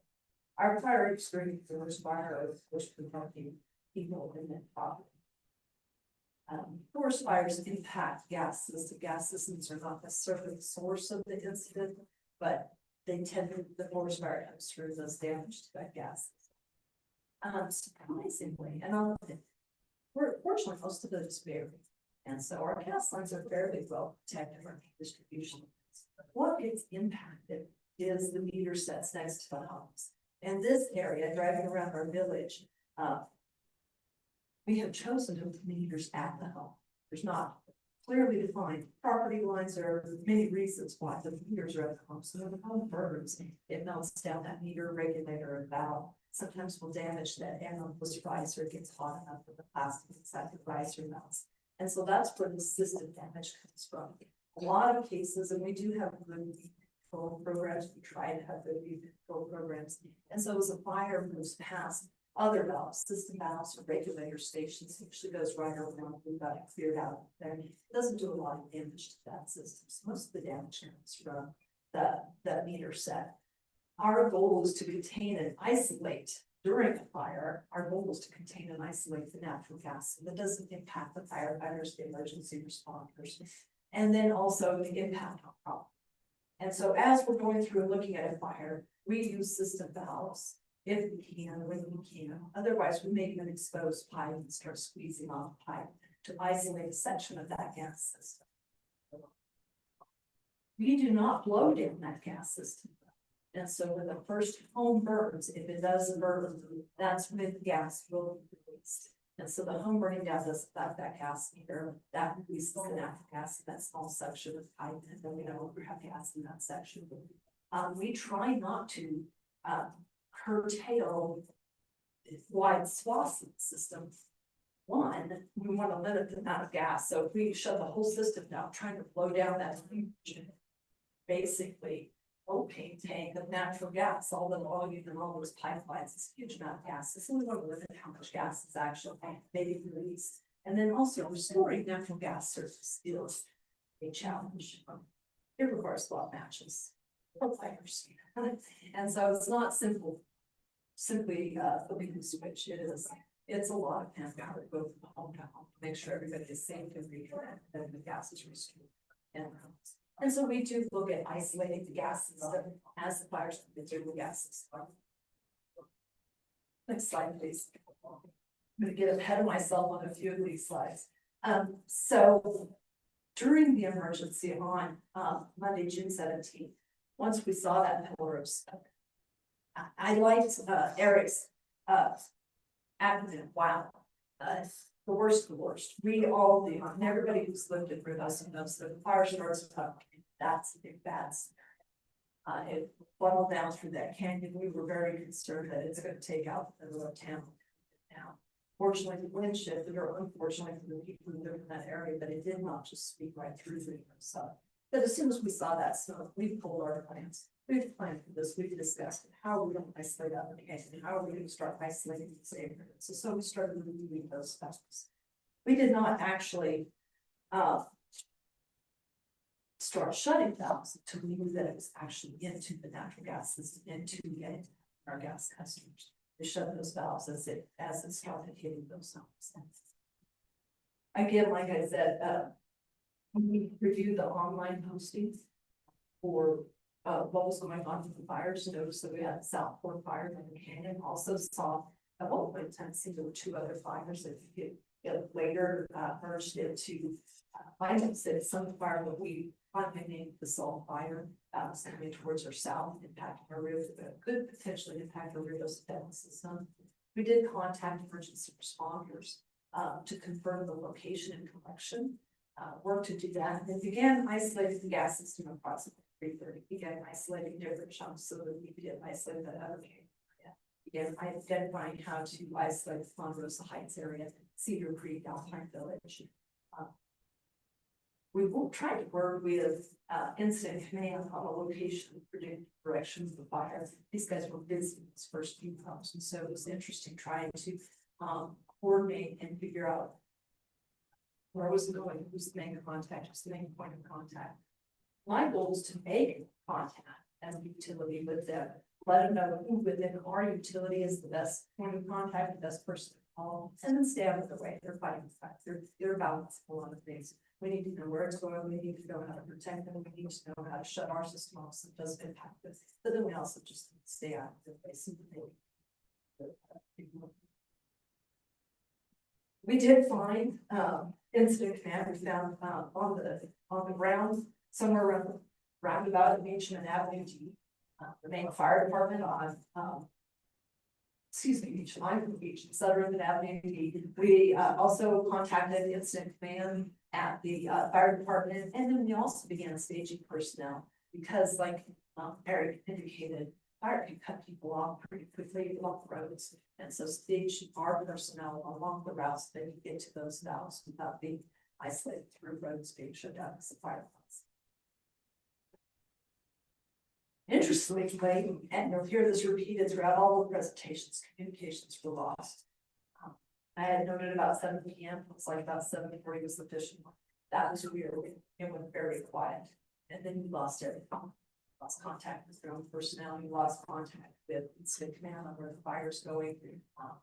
Our corporate office trying to call them and visit with them and check in with them, trying to update them on what we might have to shut down this Ruidoso district. Losing that communication is a huge challenge, and communication is just in key in this emergency situations. When we lose communication like that, we create a fallback and follow our personnel, so they know that it's to fall back to a certain place so we can and carry on or try to figure out the next steps in our response to this emergency. Next slide, please. One set of initial day of the fire just exploding on that Monday on June 17th. Then the next couple of days, still a very active fire situation. And our priority then is to start controlling the areas that have been damaged and securing that gas system. The second day staged at the Baptist Church, which is closer to the active fire. We did not have to go through as many emergency checkpoints to get our personnel from our office out to the active fire. And so we coordinated, lack of communication, still coordinated with the local police department, fire department, saying we will have a person here. If you need to find a gas person and can't find someone, let us know at this point, we will dispatch someone. We also put safety of our own employees had and check in at that point, out to the fire and back in. So we knew where they were during this fire response. Some of the other things that we face those next couple of days haven't been brought up yet, but I think something that is interesting when you're looking at what are the utilities facing during emergency is the people who just worked 16 hours. They probably didn't get any rest until 3 or 4 in the morning, back up trying to work the stands. They need food, it's hot, they need water, we needed fuel. And so we were able to work a couple of different connections within emergency response and get people so we could get a fuel truck through. We have our own fueling station at our shop, but needed the fueling truck to come back up and establish that. And then again, the safety of our personnel, the safety of their families. There's lots of things that I've judged with our consideration. Next response. Or next slide, sorry. By Wednesday and Thursday, we began what I would call the recovery process. Although it was still an active fire situation, it did appear they had most of the fire under control in the areas where we served. And so we really started assessing what was going on. We had identified fire that communication was a challenge. Of course, internet is so we're all looking on internet now, but many of us have switched our phones to a wave system, and so you lose power, you lose internet, you have no phones. During the McBride fire, we identified that as a big thing and had been working to get Starlink activated under our building. Now have redundancy between Starlink and TBS for our internet connection at our building. I laugh because the pictures of this fire, the first picture is a picture I sent to our corporate office of our Starlink satellite attached to the top of the building, and then I turned around to the picture of smoke. But so we had Starlink attached to the building, we just didn't have it active yet. So one of the first all outs when we could finally find some service was to our IT department and said, "Oh, we need this up and running now." I do believe we finally got it running. Jay dropped it on the ground. So I'm not sure why that worked, but we didn't touch it anymore and started. I do appreciate the groups that brought in the emergency cell towers. There were several established around town, so then you could start communicating, even if our people had to drive up into one of these fire damaged areas. And then come back to that cell tower, they could report to us instead of having to drive all the way back to some kind of staging area. Once we got communication up and running, we could get active access of the maps. Unfortunately, during that fire time, maps that were downloaded on laptops, everybody has an iPad, so they have the map. That was what you have. So we find to reconnect and get active access to mapping systems and customer databases. Well, system back on. And then PNM, it was a fairly limited power outage in the office. So I appreciate them getting the power back on very quickly down. So we're able to work on had power down. Our next steps then are to identify the areas of the gas system are impacted. We sat down, Ross, drew circles on the map, sent that to our drafting department, and they were able to give us a list of customers that were impacted. As I said, curtailing a gas system was challenging. So big things we had to do after, as we started to recover, was identify all the customers impacted. So we could start figuring out how to secure the system and get gas restored to those areas. Fortunately, we didn't have to curtail the entire area. So it was a 14,000 customer stream, just 2,000. Beginning at the end of that week, so Friday, we really started then taking these lists and going from house to house. We had to assess what had been damaged. Damaged houses, we have found, it melts the meter and really cool hulls aluminum. Melts the regulator, that's the thing that reduces pressure from system pressure to the house pressure. It will also damage the valve, not the free side of the valve, and sometimes damage the riser. We have tried before to shut the valve off, which would be very quick, to be able to secure that. I want to call it secure the system so we put pressure back in the system and not have any gas. We have found that those valves are damaged and we just can't do that. So to actually reactivate the gas system, we had to dig up each service and cap it.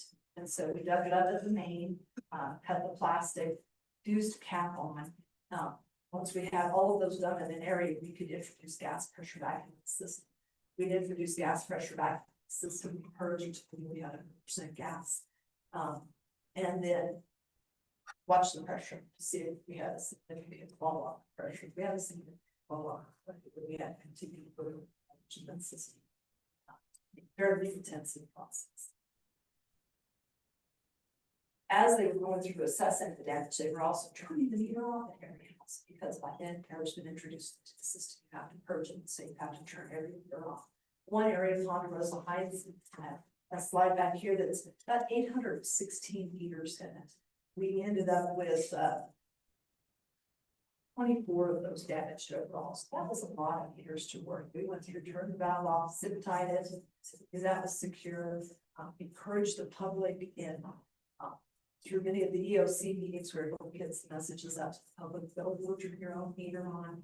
Let the gas company make sure we repressurize this gas system properly before we turn those meters on. We need to know it's safe, and then we can get the gas back in the system and start connecting.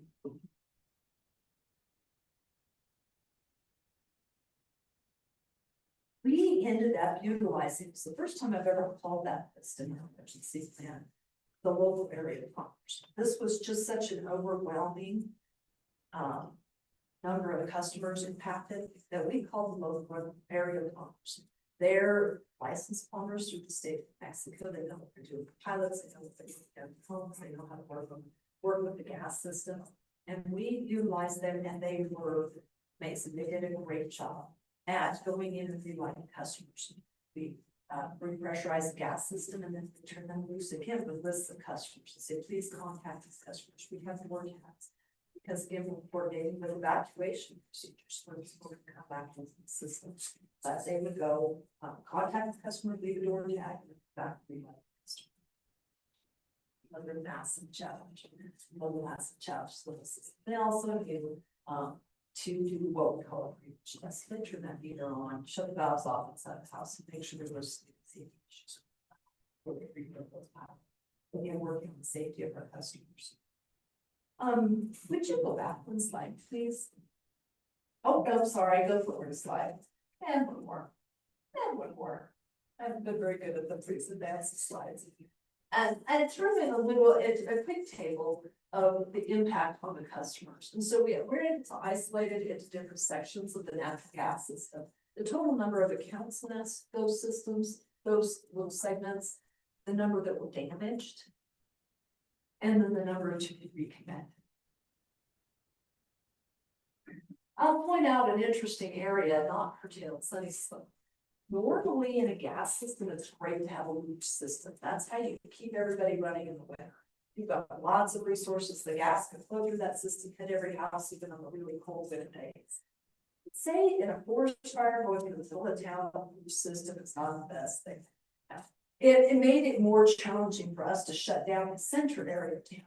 It's easy if you have a road that's headed out of town, one valve at the beginning, you can shut that down and you can isolate that system center of town. You're also looking at a whole group of valves trying to get that shut down. Some slope worked very hard, but we were unable to completely curtail that system. So we did focus very quickly on controlling the gas on the homes that were damaged in the system. Our contractor jumped right into action to try and get those services cut and capped. The bottom number is that we lost about 756 customers. That's it. In this area, we had about 14,000 customers, so that's a significant number of customers. We had about 1,825. That's a lot of pilot. I know that we tried to count percentage reconnected, but we found during the Pride fire and again during this fire, that's an interesting number. Some people, they don't use natural gas for heat. They didn't call us until November. Said, hey, I think they're ready for my gas, come reconnect it now. And so getting to only 50% sounds horrible, but it's really, we've got 100% door tags out and told people we connected every call that we received, and some people are just waiting. Some people, it's a part-time home, they haven't been back up yet. So I don't have that percentage reconnected, but we are very close, very close. But it was really interesting as we're scrambling to try and reconnect. People just have different needs within the natural gas system. Next slide, thank you, you got it. Okay, flooding. Flooding may have been more mentally challenging for me. I would liken it to Hunger Games, in that there was like this massive wall of water that came through. We'd all get an emergency alert on our phones, massive wall of water, and then afterwards, we're all scrambling around trying to figure out what was damaged, and it just kept. And as Eric indicated, it is going to keep. And so the flooding responses, it was a little bit different. It was challenging. Notification as time phone systems were working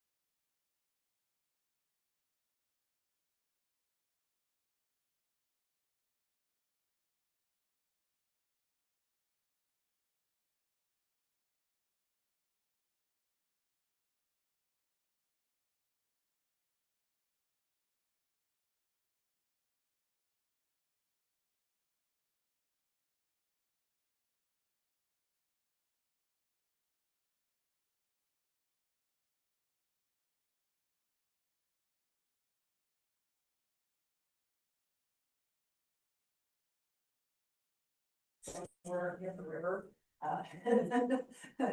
Yeah, right, I know, but we are not attached to the customer account. Fortunately, we're reporting zero usage.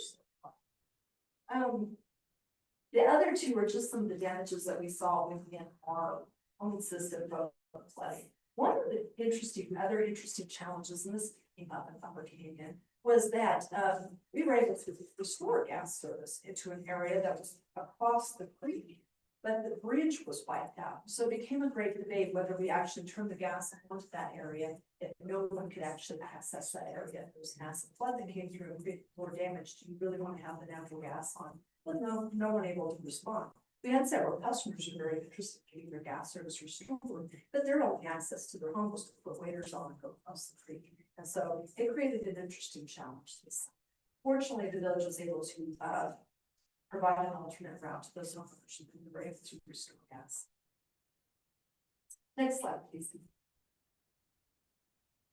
Another one that has been kind of fun, and I think it's a whole slideshow put together, but this is a Google Earth image up in the upper left-hand corner of a hairpin valve. That's a system isolation valve. They come off above the ground, turn those off to isolate. This was in C3 here, not basketball.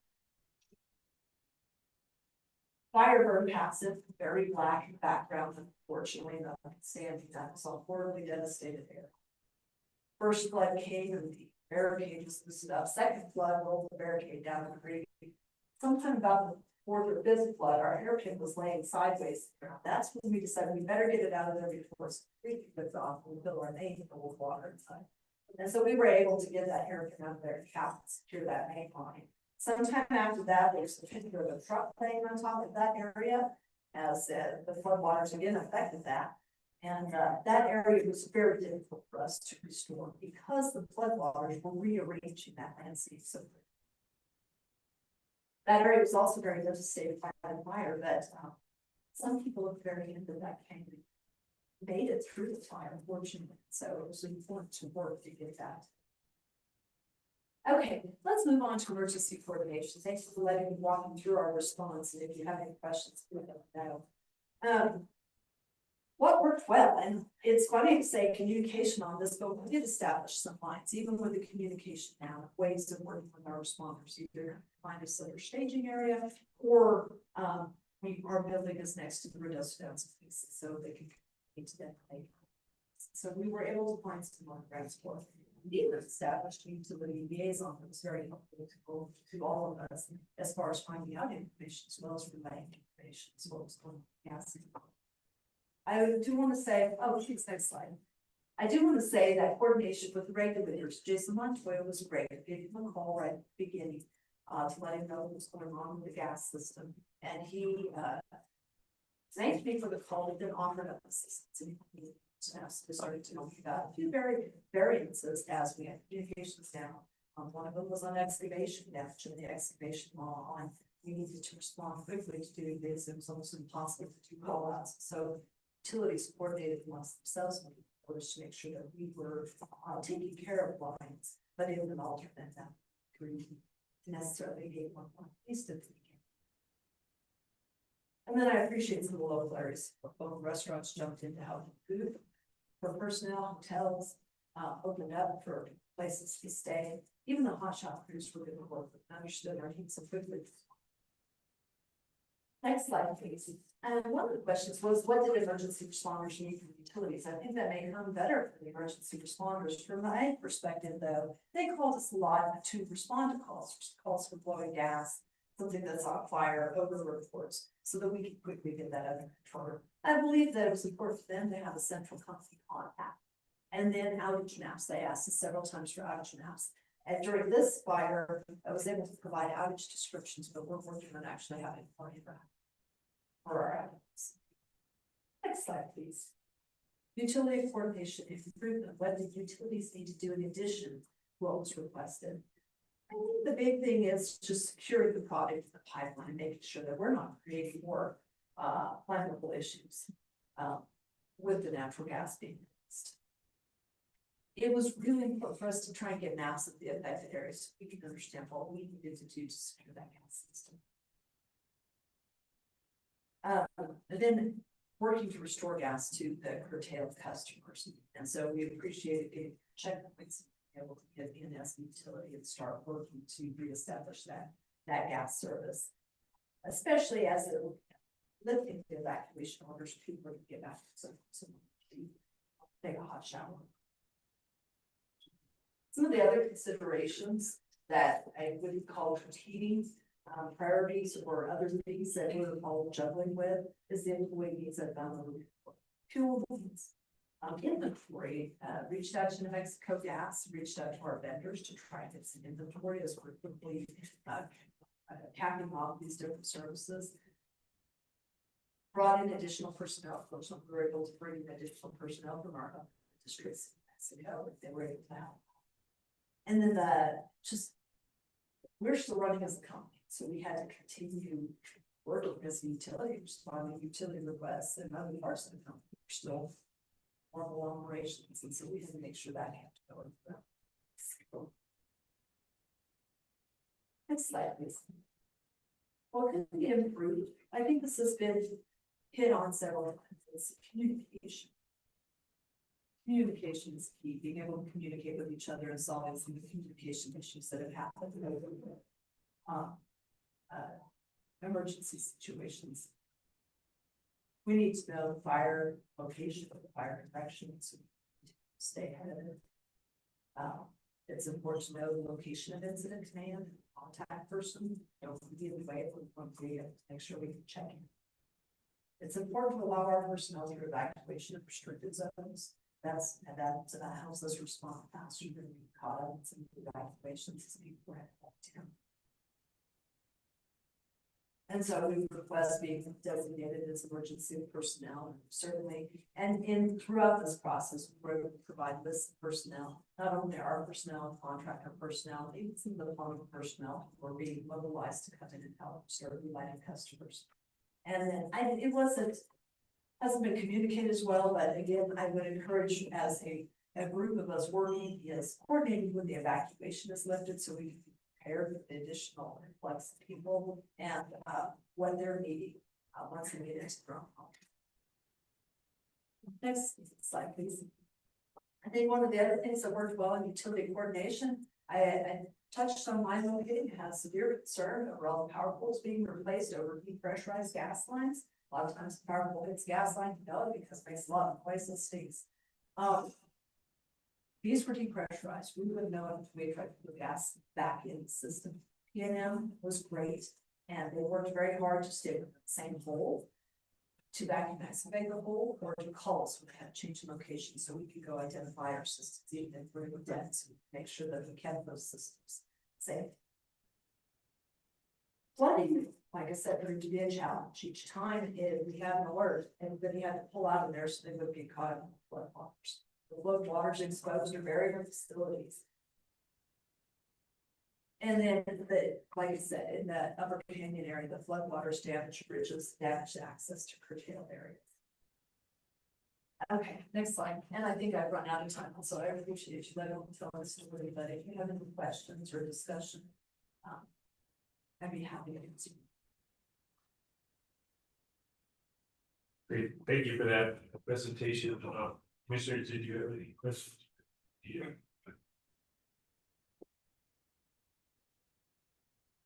I do have a question.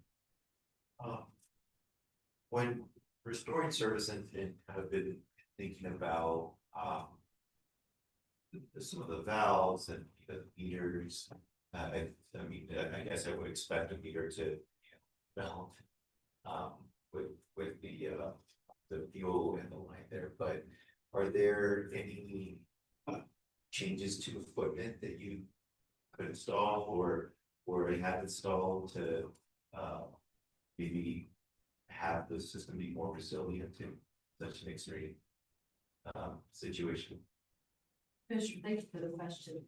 That's a good one. The meter is melting because the house is burning. There's a lot of heat off that house. And so that's what's initially causing that air to melt and that regulator to melt. There's a new requirement for access and blow valves that are out there to be equivalent to service or even replaced service. those excess low valves, like to test, see if you get enough flow as a meter and regulator to actually be able to shut off excess low valve. That may have some impact, like at least your meter's still gonna melt out. There's nothing gonna change, but it may impact gas. Of course, shutting those system valves also limits the amount of gas that is released. So, Okay, thank you. And then, you mentioned the damage to, meters and the valves to the customer's home. Did you see any damage to the rest of your system? Before you're connecting? yeah, thank you. Thank you, Commissioner, for the question. Very little damage. We did have a few spots, and I was thinking there was one in slideway back here, but it's fine. Where if the main was shallow, we didn't realize it was exposed or very shallow to the surface, you may have had enough heat to melt that plastic. And so there were maybe a half a dozen spots where we found that the fire actually damaged the plastic, but for the most part, the hairpin valves stayed whole. They were secure. We surveyed them. They did not see damage, even unseen damage inside the hairpin valve. It was simply if we had a shallow main where it may have been, like I said, right up against the surface, didn't realize that was there and melted down the fire.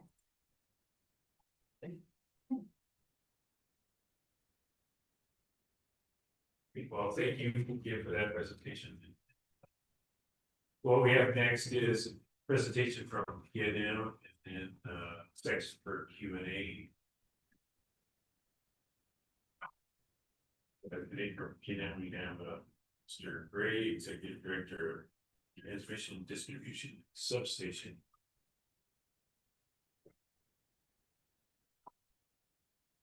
It's something I noticed that might be helpful if you move the other side, because they want to talk this way. That would be. Thank you. You bet. Thank you. Good afternoon, Commissioners. Wes Ray, Executive Director of Transmission Distribution Substation Field Operations for PNM. It was as you've heard today, it was an interesting event. A lot of challenges facing utilities for all of us. Next slide. For us, it rolled through and really impacted some of our customer facilities and some of the lines. So you can see the outlines of the fire and the heaters that were going up through them. Response was really challenging. We got alerts early on the 17th that the fire had started. We were tracking multiple fires in southern New Mexico on that day through some of the software systems we had in place. So we knew there was something happening. We continued to monitor. As the fire started expanding and spreading as the winds picked up, it became a little bit of a challenge because we were hopping back and forth. We were trying to maintain continuity of service for the customers that were still here. Evacuation order hasn't been issued yet, but there were areas that were getting that spread through it, spreading through those feeders. So we would have trips, and we were doing some isolating work as the Smoky Bear Ranger District crews were in, trying to just do some initial assessment, trying to do some early on firefighting on it. We got some requests, hey, we need to turn this off, we need to turn those lines off, anything we could do. So we were moving back and forth quite a bit throughout the village and trying to take care of the existing customers as it evolved. But it did roll through. The salt fire became a concern into day two. The blue line going south and west is the 150 kV transmission line.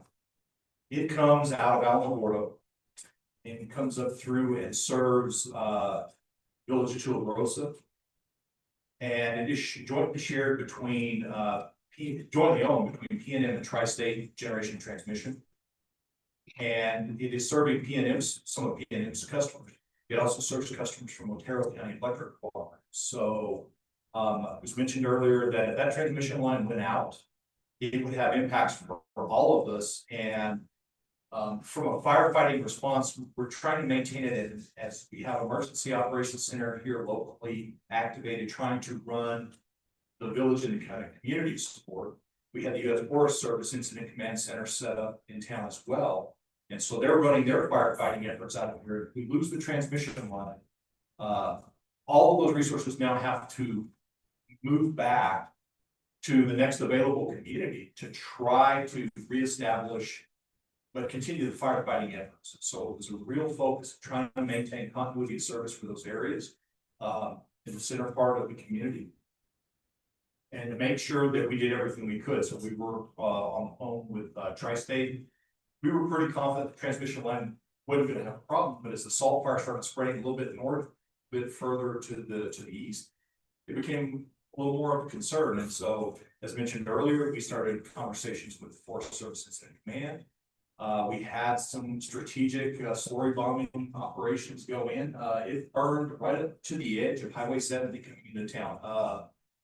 The Muscalero Apache Travel Center was right across the highway from some of the area, but they laid down quite a bit of slurry in there to try to get us the visible line using Highway 70 to prevent that fire from spreading across the road, because there was a possibility we might lose that transmission feed in, and because it's a radio feed, that's it. And it would have impacted our customers here in Ruidoso, but it also would impact customers served by Otero County, in Capitan and Glencoe, areas in and around here served by the conglomerate. So it was a kind of a joint effort to make sure they understood what the risks were and where things were at. So a lot of communication. You've heard some of it between us and the Emergency Operations Center, us and the Forest Service Incident Command, to coordinate our efforts to make sure early on they knew where the risks were, they knew where our facilities were at. And then as it evolved in the 19th to 20th, it was coordinating between their crews doing mop-up operations and isolation operations in the fire perimeter, and then our crews getting in and starting assessment and reconstruction. And it was an interesting fire from the standpoint of some of the developments listed. There were homes, everything around it was just devastated. There was nothing left. And yet there would be a home in the middle of it that was just like a little bit of smoke damage on the exterior, and they were still viable structures. So it was rather interesting to see the pattern of devastation. And for P&M, our focus early on, once we started restoration, was looking at critical infrastructure. So the coordination meetings with the village, with the other utilities, we were focused on getting communications reestablished, getting an idea of where we should be deploying resources as we brought them in to help get restoration service in the areas impacted so that we could get critical infrastructure back on. Next slide, please. So, as everybody stated, the fire started on June 17th. There were multiple fires in here, a couple of small ones that were contained. South Fork really took off midday and into the afternoon. On the 17th, the salt really got started and moved on in the afternoon. Peak number of customers, we had 5,397 customers out at peak that were affected by the fire. So areas that were that we had to trip out, or that were actually just burned through because of the fire, and that was on the afternoon of the 19th. Our crews, we were bouncing around, so we would have our normal kind of outages. And the Forest Service was having us turn stuff off for suppression efforts. We turned people off, and then as soon as we could, and we got the clearance from Forest Service, we turned lines back on to try to maintain service in the areas we could. We started doing assessment work. So the fire was the 17th, the 19th, the 20th, as is stated earlier. Started getting some rains. We mobilized some engineering resources in on the 21st, started doing assessments. So again, a lot of coordination between us and the Forest Service, got clearance to go into the burn area and start looking around to see what kind of damage it was, how bad it was.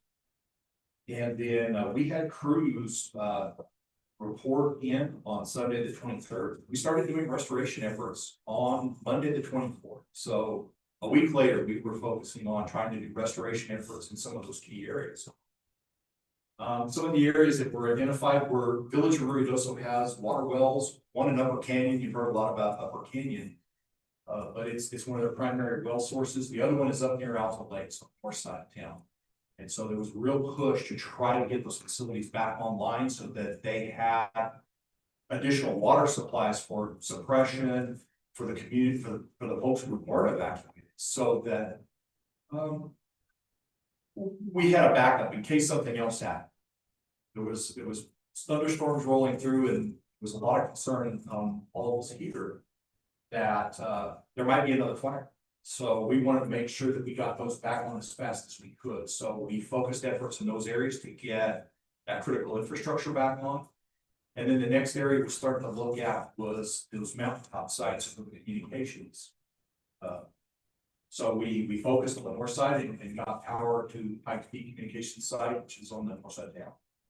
And the bigger challenge was trying to get power to Buck Mountain and Cow Mountain. So it's up near Sierra Blanca, and there are two main comm sites up there. As previously stated, some of the folks were running on propane generation to keep those sites up once we got communications up, but we had to rebuild 5 miles of distribution going up there to serve those. It was just completely dark, completely destroyed. So you know, it took us a few days, but on July 8th, we had power for the sites. So a lot of effort to try to coordinate and get that service restored. Next slide. I have the number highlighted in yellow because it was an interesting evening. With the fire occurring and the concern about the fire danger in the community, we put the facilities we had on non-reclose. And then jointly between ourselves and Tri-State G&T, we put the transmission line coming up from Tularosa on non-reclose as well. So if anything blew into those facilities, we would trip those lines out and isolate it. Again, trying to reduce that fire danger, try to provide that level of safety for people. So late in the evening on the 27th, thunderstorm rolled through town, through the area between Tularosa and Muscalero, and caused that transmission line to go out. And 13,255 of our customers were out, as well as those customers from Otero County. And I got a little bit of grief over that. What are you guys doing? But again, we were just trying to provide for that safety and try not to exacerbate the situation. It's bad enough. We didn't want to be a cause of something new that might endanger the community. So we lost customers for about 50 minutes. And guys quickly got out. We patrolled between ourselves and Tri-State and got the transmission line restored, and then all the distribution customers on shortly after that. So it was an interesting concept because it impacted all of us, including the incident commands and the EOCs. So nobody knew what was going on, and luckily we got it back on fairly quick. As part of the main damage from the fire, we replaced in those 3 weeks of heavy reconstruction work, we replaced 933 poles. So we had to go back and as we stated last week, we went back to a heavier duty pole, bigger cross arms. We went through and replaced everything with our new fire standard that's in our wildfire mitigation. There's also an additional 566 poles that we did not remove, or we removed, but we did not replace because those customers could not viably receive electric service. We couldn't safely serve them, so we've left them out. Considering whether we should be putting those services underground or overhead, it's a little tough because of the rocky conditions up here to put services in underground. So as those customers come in and they're able to safely receive service here as they rebuild, we'll re-extend those facilities to them and reestablish that. For the initial response, we replaced 75 transformers, 96 pole mounted switches. All of that was just to get customers who could service the customers who could safely receive service. Or those critical facilities like the water pumping stations, we just replaced those transformers We wanted to make sure there wasn't a problem with them because the lines had some heat damage on them, poles were destroyed, transformers had been overheated, so we wanted to make sure everything was safe. So that's what we replaced in the initial response. We will continue as reconstruction happens in the area to replace even more and install more infrastructure. That's just this first blush. Overall, we replaced over 9 miles of distribution line. So completely replaced the conductor on that. So a lot of work went into it. During that restoration effort, we had 205 of our own P&M personnel in the effort. So we had people from 5 different P&M divisions. So we have our local crew here in Ruidoso, but we had crews from Alamo, Silver City, Deming, Albuquerque, all in here helping. We had 10 vegetation management crews, which were pretty heavy crews, come in from our Navy Tree Service, and they brought in crews from Texas to help us. We had 4 line construction contractors that are working for P&M, but most of those folks live here in New Mexico. They've been around working for us for a number of years. They deployed to help us do that work.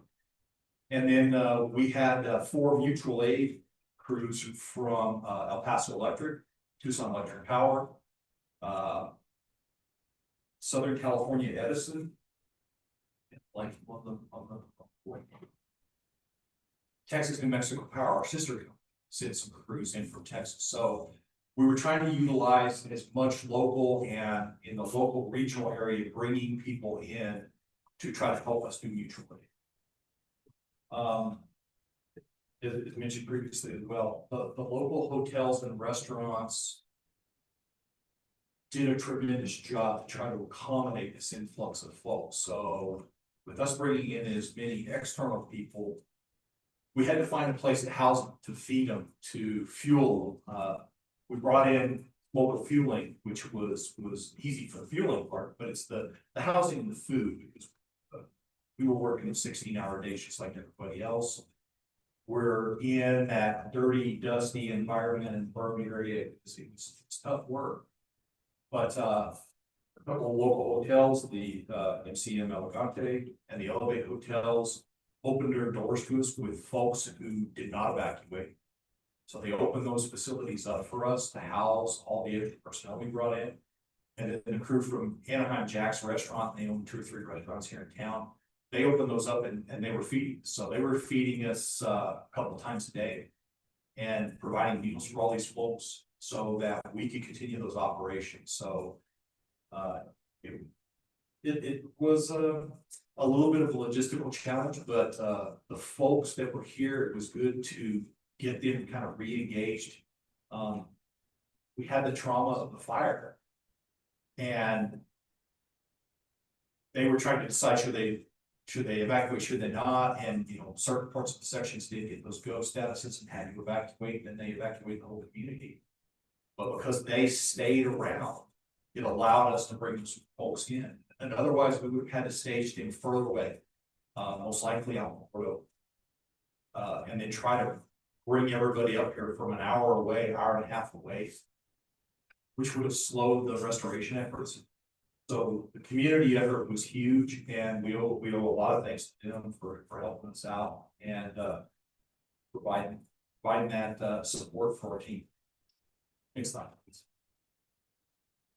So again, while on the theme of coordination, we worked extensively with Forest Service, and we were de-energizing lines, and then there were a couple areas where we had to re-energize stuff that we'd already de-energized because it served some critical water facilities that the Forest Service uses for fire suppression efforts so that they could fill their tankers up.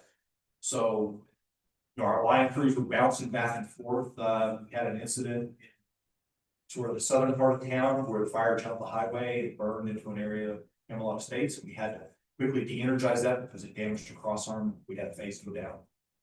And so we had to go down there and isolate that section of the city. And again, we were still trying to maintain that continuity of service. Lots of meetings. We were participating twice a day in the Forest Service incident command meetings. And we did a lot of work with their liaison officers because we wanted to get back in there as quick as we could and get an assessment of what the damage was. And the only way to do that is to make sure that we knew where they needed us out of for the safety of our own crews. And conversely, the areas that we could go in to try to just assess damage and figure out how bad it is. Because we were trying to restore service to those key facilities. So we were meeting twice daily with them. Then there was several coordinator meetings that had been discussed with the village and the other utility partners of how can we work together to try to get the community and village back up on its feet. Next slide. And then we had different teams working and doing those same functions with the state EOC. So we had a team here that were working locally with the EOC and incident command. They're also working with the state EOC to try to coordinate efforts. We were working with that emergency broadband operations team about what we were going to do as far as get those poles reinstalled in the areas we could get them in. And they were coming in right behind us, getting some of that fiber optic link so we could get really core communications back up. It was definitely a challenge for us. On the evening of the 17th, we lost communications. As soon as the fires went up over the mountaintops and took out those comm sites. And so we were talking with our local folks here, and they were still communicating. But the minute the cell towers and everything went down, they had to physically just drive to incident command, find out areas that they wanted generally isolated. And then they were going out doing that isolation, but we couldn't communicate with them from our operations centers in Albuquerque. We couldn't find out what resources they might need. It was a real challenge. And so luckily, we had a hard line from Midstream that came into our office, and we were making calls on over the Ethernet link we had. That's what we had left. So you know, after that first day, we mobilized and we brought in sat phones and we brought in other communication infrastructure. Several of us, state EOC was responsible for one of those cellular on wheels setups to come into the village. The Forest Service brought in a different provider, and then PNM worked to try to get another one of those. So we've had 3 of the cellular on wheels deployed in town. So they're self-contained with generation and a satellite link so that we can get those cellular communications back up.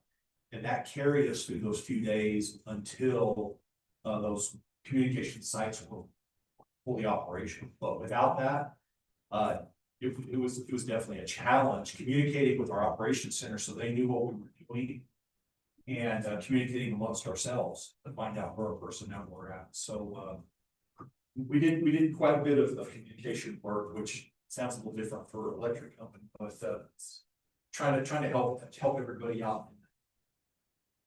And then some specific meetings with the Lincoln County and the village of Ruidoso to discuss the restoration and where things were going, and trying to get service reestablished as best we could for those.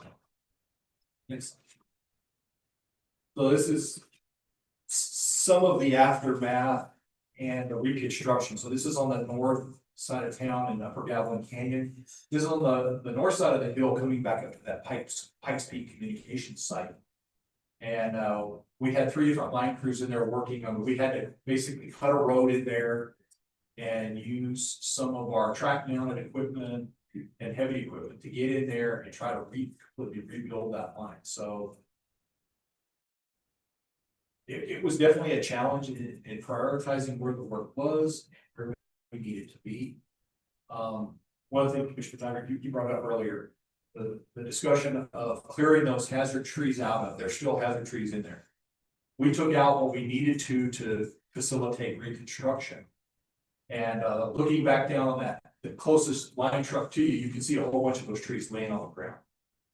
And it's a challenge we face because for us, we need to expand the right of ways to take out trees we have.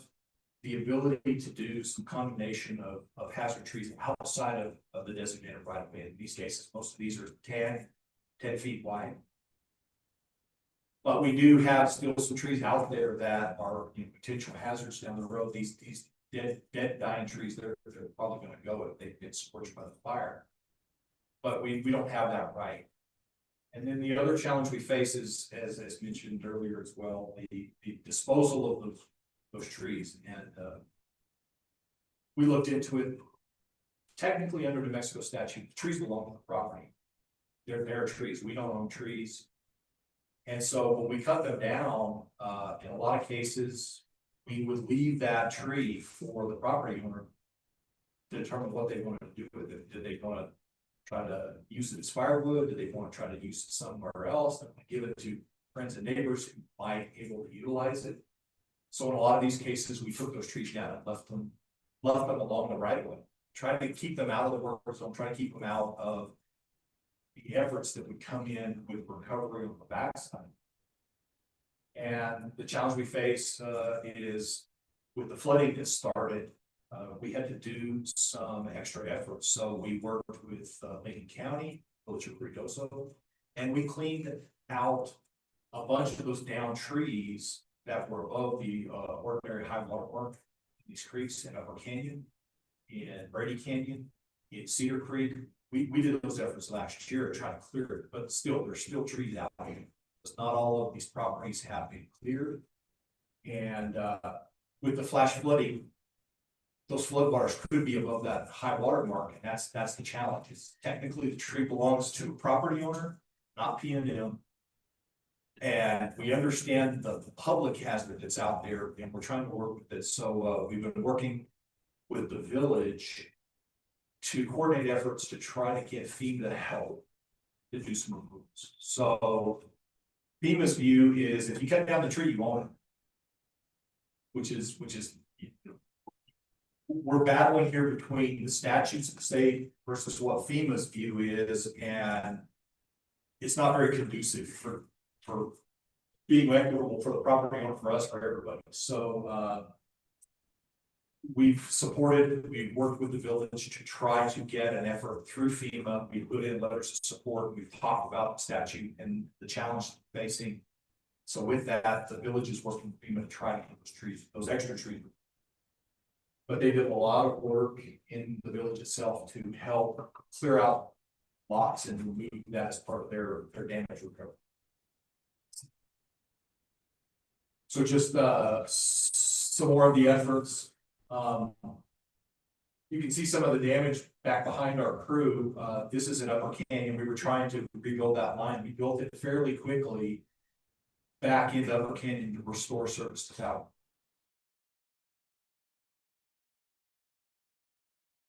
Devastating. I mean, there was nothing left but just foundation pieces in some of those areas. Luckily, right at the edge there, the fiber optic line stayed up. You know, our lines were pretty much trashed, but we managed to rebuild it, and so that the village could get their water system back up to full capacity. Next slide. And this is in the Alpine Village area. It's tough because a lot of these areas, when they were built, we used, you know, the predecessor company to P&M, Texas New Mexico Power, served this area way back. That they use different methods to do some installation. A lot of this is rear lot up the side of the mountain. They use mules and dynamite and a lot of things to get it in there. And so we brought in some specialty equipment. So some track mounted equipment. We had some special rock augers that we brought in, as we brought in vacuum trucks. We took things out of the existing hole and cleaned them out, made sure we didn't damage anything else so that we could try to reestablish and got those poles replaced. But a lot of challenge from the crews that were out here working. They did a tremendous job working in some tough conditions. As you can see, that track mount digger is on a side hill and got quite a bit of slope to it, but they did quite a bit of work. Next slide. And then we talked about the line going up to communication sites. We call it the ski run line. It runs up parallel to Ski Run Road, and it goes up and serves Muscadero Apache Sierra Blanca ski area, as well as the communication sites on Bucktown, Cowtown. So we had to build 5 miles of brand new distribution of that line. We had crews out there working ahead, pulling the old pole stumps out, cleaning up the right of way, cleaning up all the damage debris that was there. And then the line crews came in behind them and started setting poles, and we started stringing wire to the top. So you can see some of the fire damage behind them where it burned past there. But again, we brought in these all-terrain digger equipment to try to make the job as easy as we could. But there was definitely some logistical challenges. A lot of that road is very steep and not very accessible, so we had local contractors actually bulldoze us a road and then drag a lot of poles into some of those sites so that we didn't have to try to carry them on a truck. So you couldn't physically get a line truck to it. And then we use these all-terrain vehicles to set up and get them framed in and get ready to stop them there. So a lot of challenge in doing it, but again, crews did a tremendous job in rebuilding it quickly. So some of the challenges early on, there was some misconception as we went to go status about the evacuation. For us, we needed to be here. We had customers that did not evacuate, and we needed to maintain the electric facilities here. There was some heated discussions those first couple of days about, hey, we've got evacuation notice from the village, you guys need to leave. And we couldn't leave in good conscience because, one, we couldn't leave the system unmanned. We didn't have resources in here to operate it, maintain it. If there was a problem, we didn't want to cause a bigger safety issue for the community. So we needed to have personnel here. And it took some conversations between ourselves, the local EOC, the incident command, to talk about what our goal is here. And Ms. Graham stated before us, trying to get ourselves designated as emergency responders is really key. Because we think about police and fire as part of emergency response, but we also have to have electric and gas and other things to support. So that was definitely a challenge, and trying to get that designation be very, very valuable. We've talked about the disposal of trees and the expansion of the right of way. I think we for the last couple of meetings, we've talked about that quite a bit. Again, mobilizing those external resources and getting them in here. We were working through state EOC and sending them a list, and they were asking for specific names and specific companies. The challenges we faced is we had one truck driver bringing a load of equipment up here, and the designated driver we had got sick. And so the company, our provider bringing that material, changed the driver. If he got stopped at the check, was not allowed in. And so we had to go down and physically get him and say, yes, it's okay, and let him through and talk to state police. But having those designations and making it a little easier to bring external resources into the community, even though it's been evacuated, would be a huge help. Because we're trying to restore service. So it's just trying to have a little bit of continuity and keep that moving as efficient. As everyone stated, the loss of communications hampered restoration efforts. The teams worked really well together to work, and different parties, all of us, as well as state EOC, work to try to get communication restored as quickly as we can, get Starlink units up here, get the cellular on wheels up here, so that we could reestablish more normal communications for everybody. And the evacuation status and the change of that did hamper us, because the minute the evacuation notice was lifted, there was a big influx of property owners, and not that we didn't want people in, because we understood that they wanted to come in and look at their property and determine what the damage was. But the challenge for us is now you've got PNM personnel out there trying to do restoration efforts, CA gas personnel out there, now a whole bunch of civilians coming into those areas. And so there was some interesting traffic jams on some of these residential areas. And we had some folks who were not real happy with us because when we set up those trucks to try to rebuild, we're taking up quite a bit of the roadway, and that's just where we have to work from. So we needed to be more involved in that evacuation notice and sending of it, because it really slowed us down a little bit. Wasn't significant, we worked around it, but it definitely was a challenge. Some of the other things, and this has been previously mentioned as well, we had to rethink how we do infrastructure because underground locators couldn't get into the area as well. So we were bouncing back and forth between ourselves and Zeta Gas to make sure that, hey, we needed to move something and we couldn't just reuse that existing hole that was there from the old hole, that we coordinated so that it didn't cause a bigger problem. We want to make sure it was safe for everybody, for us, the community.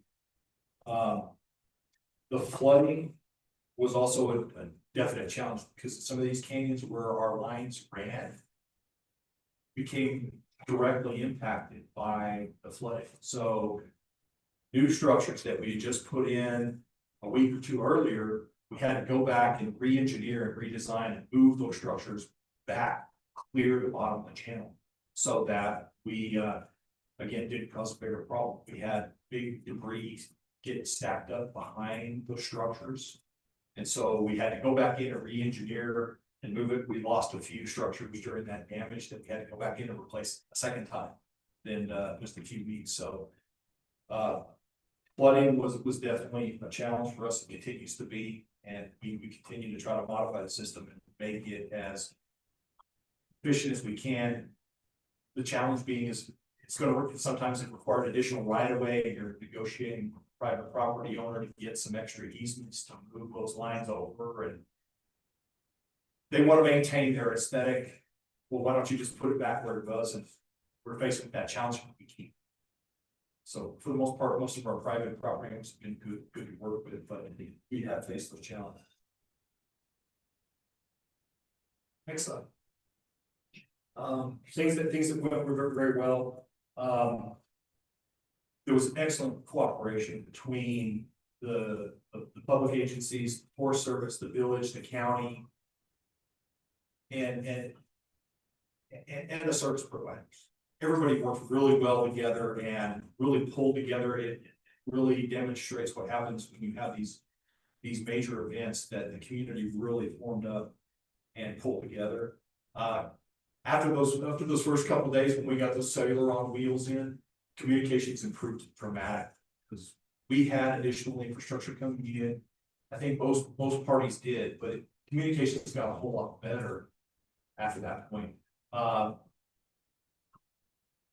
For the first day and a half, we didn't have anybody deployed at the state EOC, and we got people up there as quickly as we could because we got a call from them, and we started having the person stationed up there and utilizing the state EOC really well, because we would communicate with them directly, and then through those ESF channels at the state EOC, we could talk to state police, we could talk to various sectors, and it helped get those communications speeded up. So we needed to get somebody past the roadblock.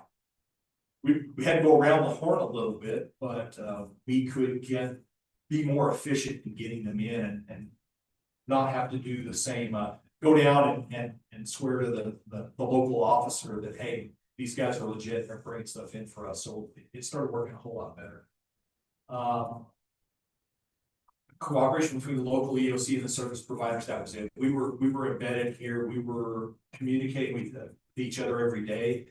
Some of those communications were visits. We were going over to the EOC locations. They were coming to us at our offices up here on Beecham, but we did a lot of back and forth, a lot of driving around to communicate those early days, but the communication was really top notch. We worked really diligently with the folks with EBOT as my friend Godfrey said that there were a lot of days where we were having the formal meetings and then we were meeting impromptu and we were talking about where things were gonna go and what the status was and we were gonna have things restored. And they were trying to get that fiber optic on the ground and ready to go as fast as they could, but it's really good. And then we talked a little bit about it, getting those cellular on wheels up here for the first responders and getting everybody in. So for Verizon, for AT&T, those main cellular providers, to get those in here, to get comps up was huge. And for that, I stand for any question. Yeah, thank you for that.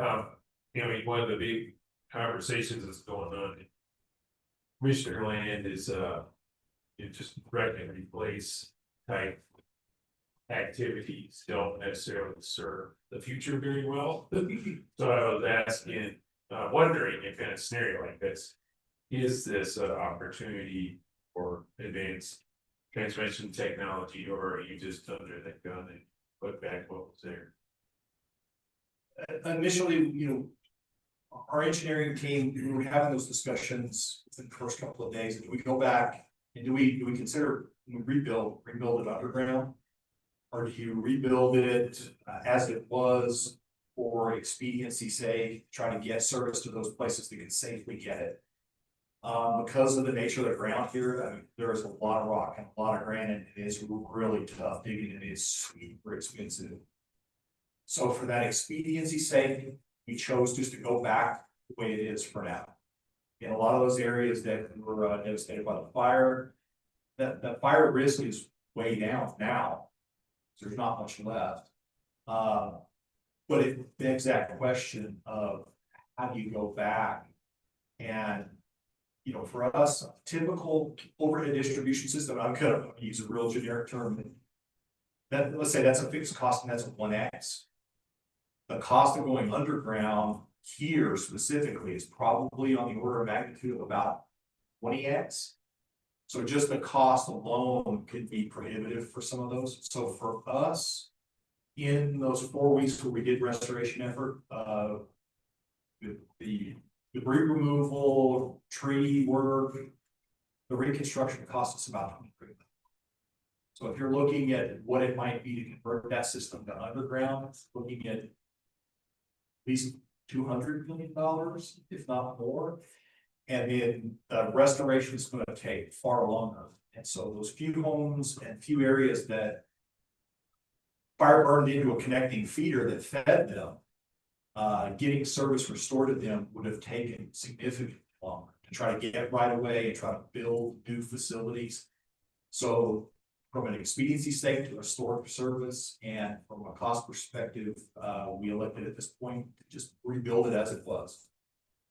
With a long-term view, Commissioner, that we're still analyzing whether we go back later and convert to cover conductor as an interim step, or maybe ultimately convert to underground. But at this point, it was both speed and cost. So did you have like a long-term vision or plan for what the system ought to look like before the fire? We thought about that as we were doing that pre-planning. And again, we just elected to go back where it was. So locations had not changed because we already have that right away. We just reestablished. There are definite areas where we looked at where we definitely want to look at moving lines around and reconfiguring it a little bit. But for the most part, where we sit right now is, it's where it was. Okay, thank you. Commissioner, do you have any other questions? Excuse me, thank you for the presentation. Earlier when the village was presenting, they noted a situation where they felt like the line needed to be energized, but it seemed like there were pieces of the utility, I don't know if it was being ever, but the utilities did not turn it off immediately. Do you know about that type of situation, or what kind of practices or standards would kind of delay I guess, de-energizing the line? I'm aware of a couple instances during the event. One was a report of a line down. And the area that I mentioned earlier, an area of Camelot Estates, and we couldn't get there as quickly as we wanted because, again, call was wired down. We're trying to get there as quickly as we can to de-energize. The problem being is during that afternoon, it was one of these flash flood events. And so our personnel were trapped on the opposite side of the flood parks coming down Upper Canyon and going into the Ruidoso. And so it took us a little longer than we would have liked to get up. We eventually got up there as soon as it was safe enough for the crew to get across the creek. And then after that event, we started pre-planning a little bit more, taking into account that, hey, if these canyons, Upper Canyon, Brady Canyon, Cedar Creek, we need to have personnel staged on both sides of those water courses so that we can be more responsive. So those were the challenges during those events, you know, going 21st and on, of you have to stop what you would normally be doing, which was reconstruction efforts, and actually break some personnel off, stage them. We just couldn't get across the floodwaters. It just took a little more pre-planning. So those are the ones I'm really aware of. You know, here in the village, we have that challenge during just ordinary times because we've got line personnel and they live all over the area. They don't, some live here, of course, but we have some living in Ruidoso and Capitan and Albuquerque. And so if that line person is our on-call person for the week, they have a little bit of drive time to get here. So they're not here necessarily as fast as the village would like. You know, I understand the chief's perspective of, you know, he wants to make a phone call and we're there. We're there within 5 minutes. And the challenge being is in our more rural communities, we're not staffing an on-call staff. We have an outage. We call that personnel in and they have to drive up here. So depending on where they're at and where they live, it can take long. Okay, thank you. I appreciate that. It seems like it was, I was really asking to see if there's some kind of rule or standard or something that would need to be changed, but it seems like it's more of a logistical problem that under those circumstances. So I understand. Thank you.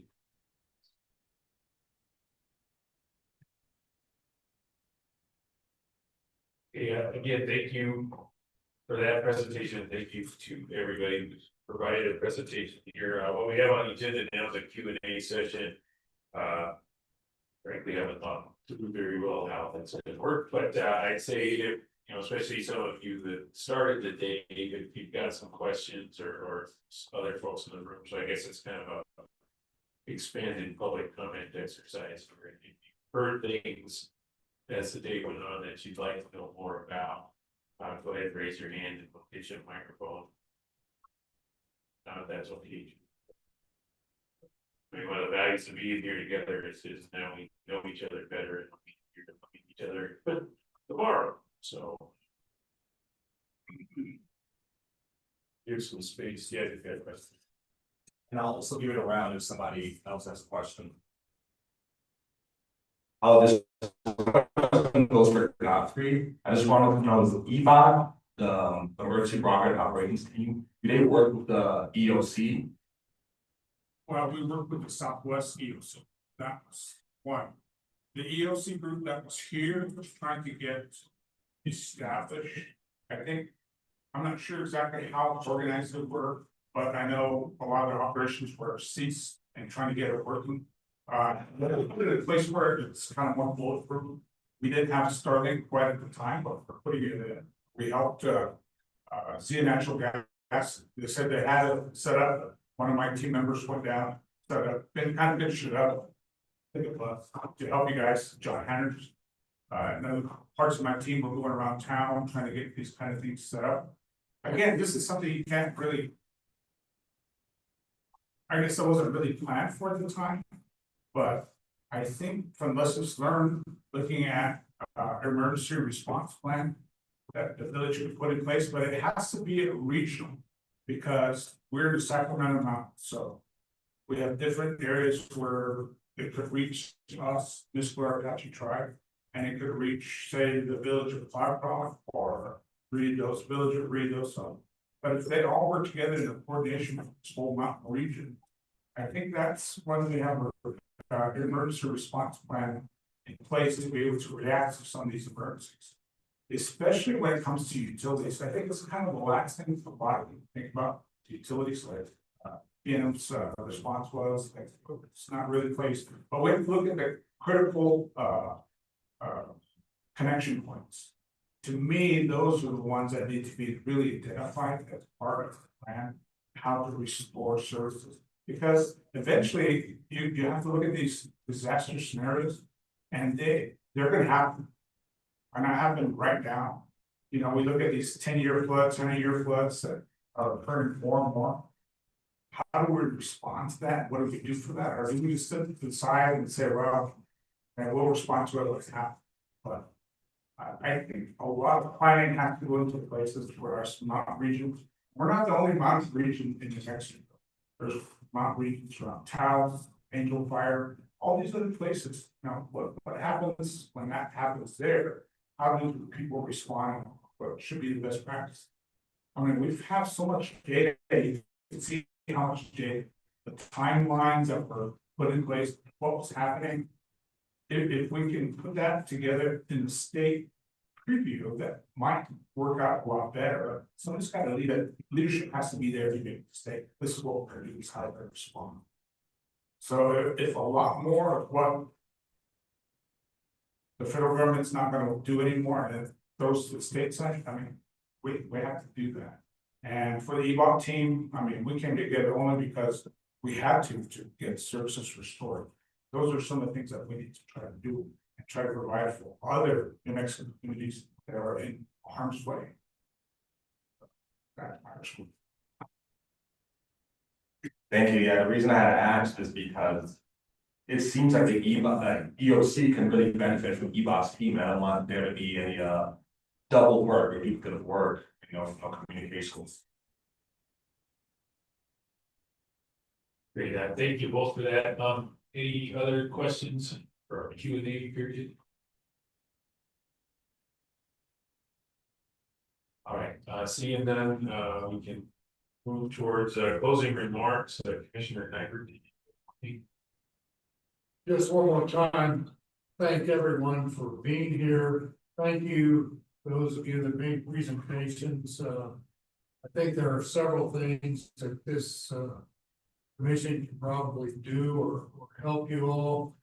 I think some of it requires legislative action, but hopefully we can work together on getting some of that action done. With respect to the efforts by the communities, our hats are off to you.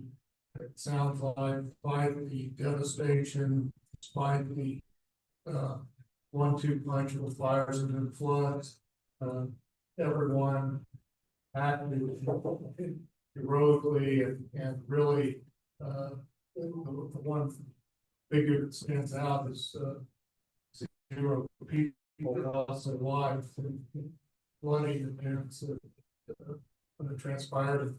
Having watched the cars floating down US 70 and even that big truck, it's amazing that was the result. 0 lives lost. So, you know, again, a lot of information, a lot of things we can think about that maybe do better, and to the extent that this commission can assist you all in addressing some of these practices and some of the things that you need from the state. I think you'll find this to be a friend and can maybe help advance some of those issues. So please feel free to contact us. Thank you very much. Yeah, thank you for being here now, and especially thank you for being here when this community did you. It's an incredible story that we've heard today. maybe one of you should take this information, and write a book about it. It's, you know, it's one thing to read about it and see it on TV, but, hearing your perspectives here, that's very valuable to me as I continue to think about the, you know, how we do our job and what we can do to help. Of course, our authority only extends so far, and you know, there are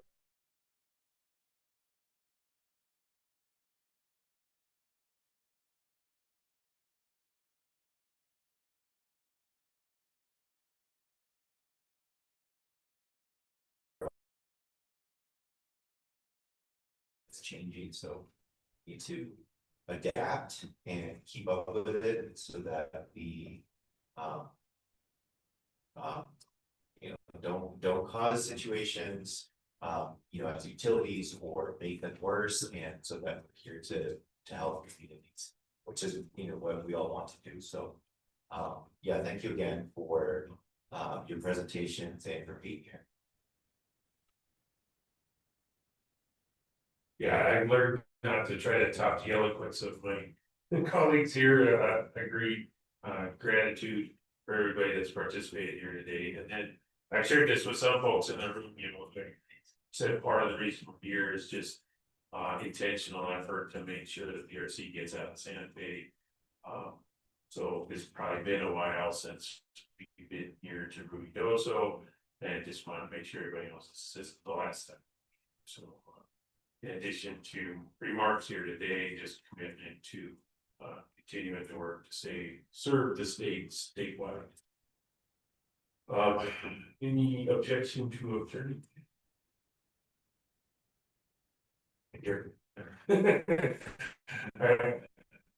Seeing no objection, we are adjourned. Our next meeting will be Thursday.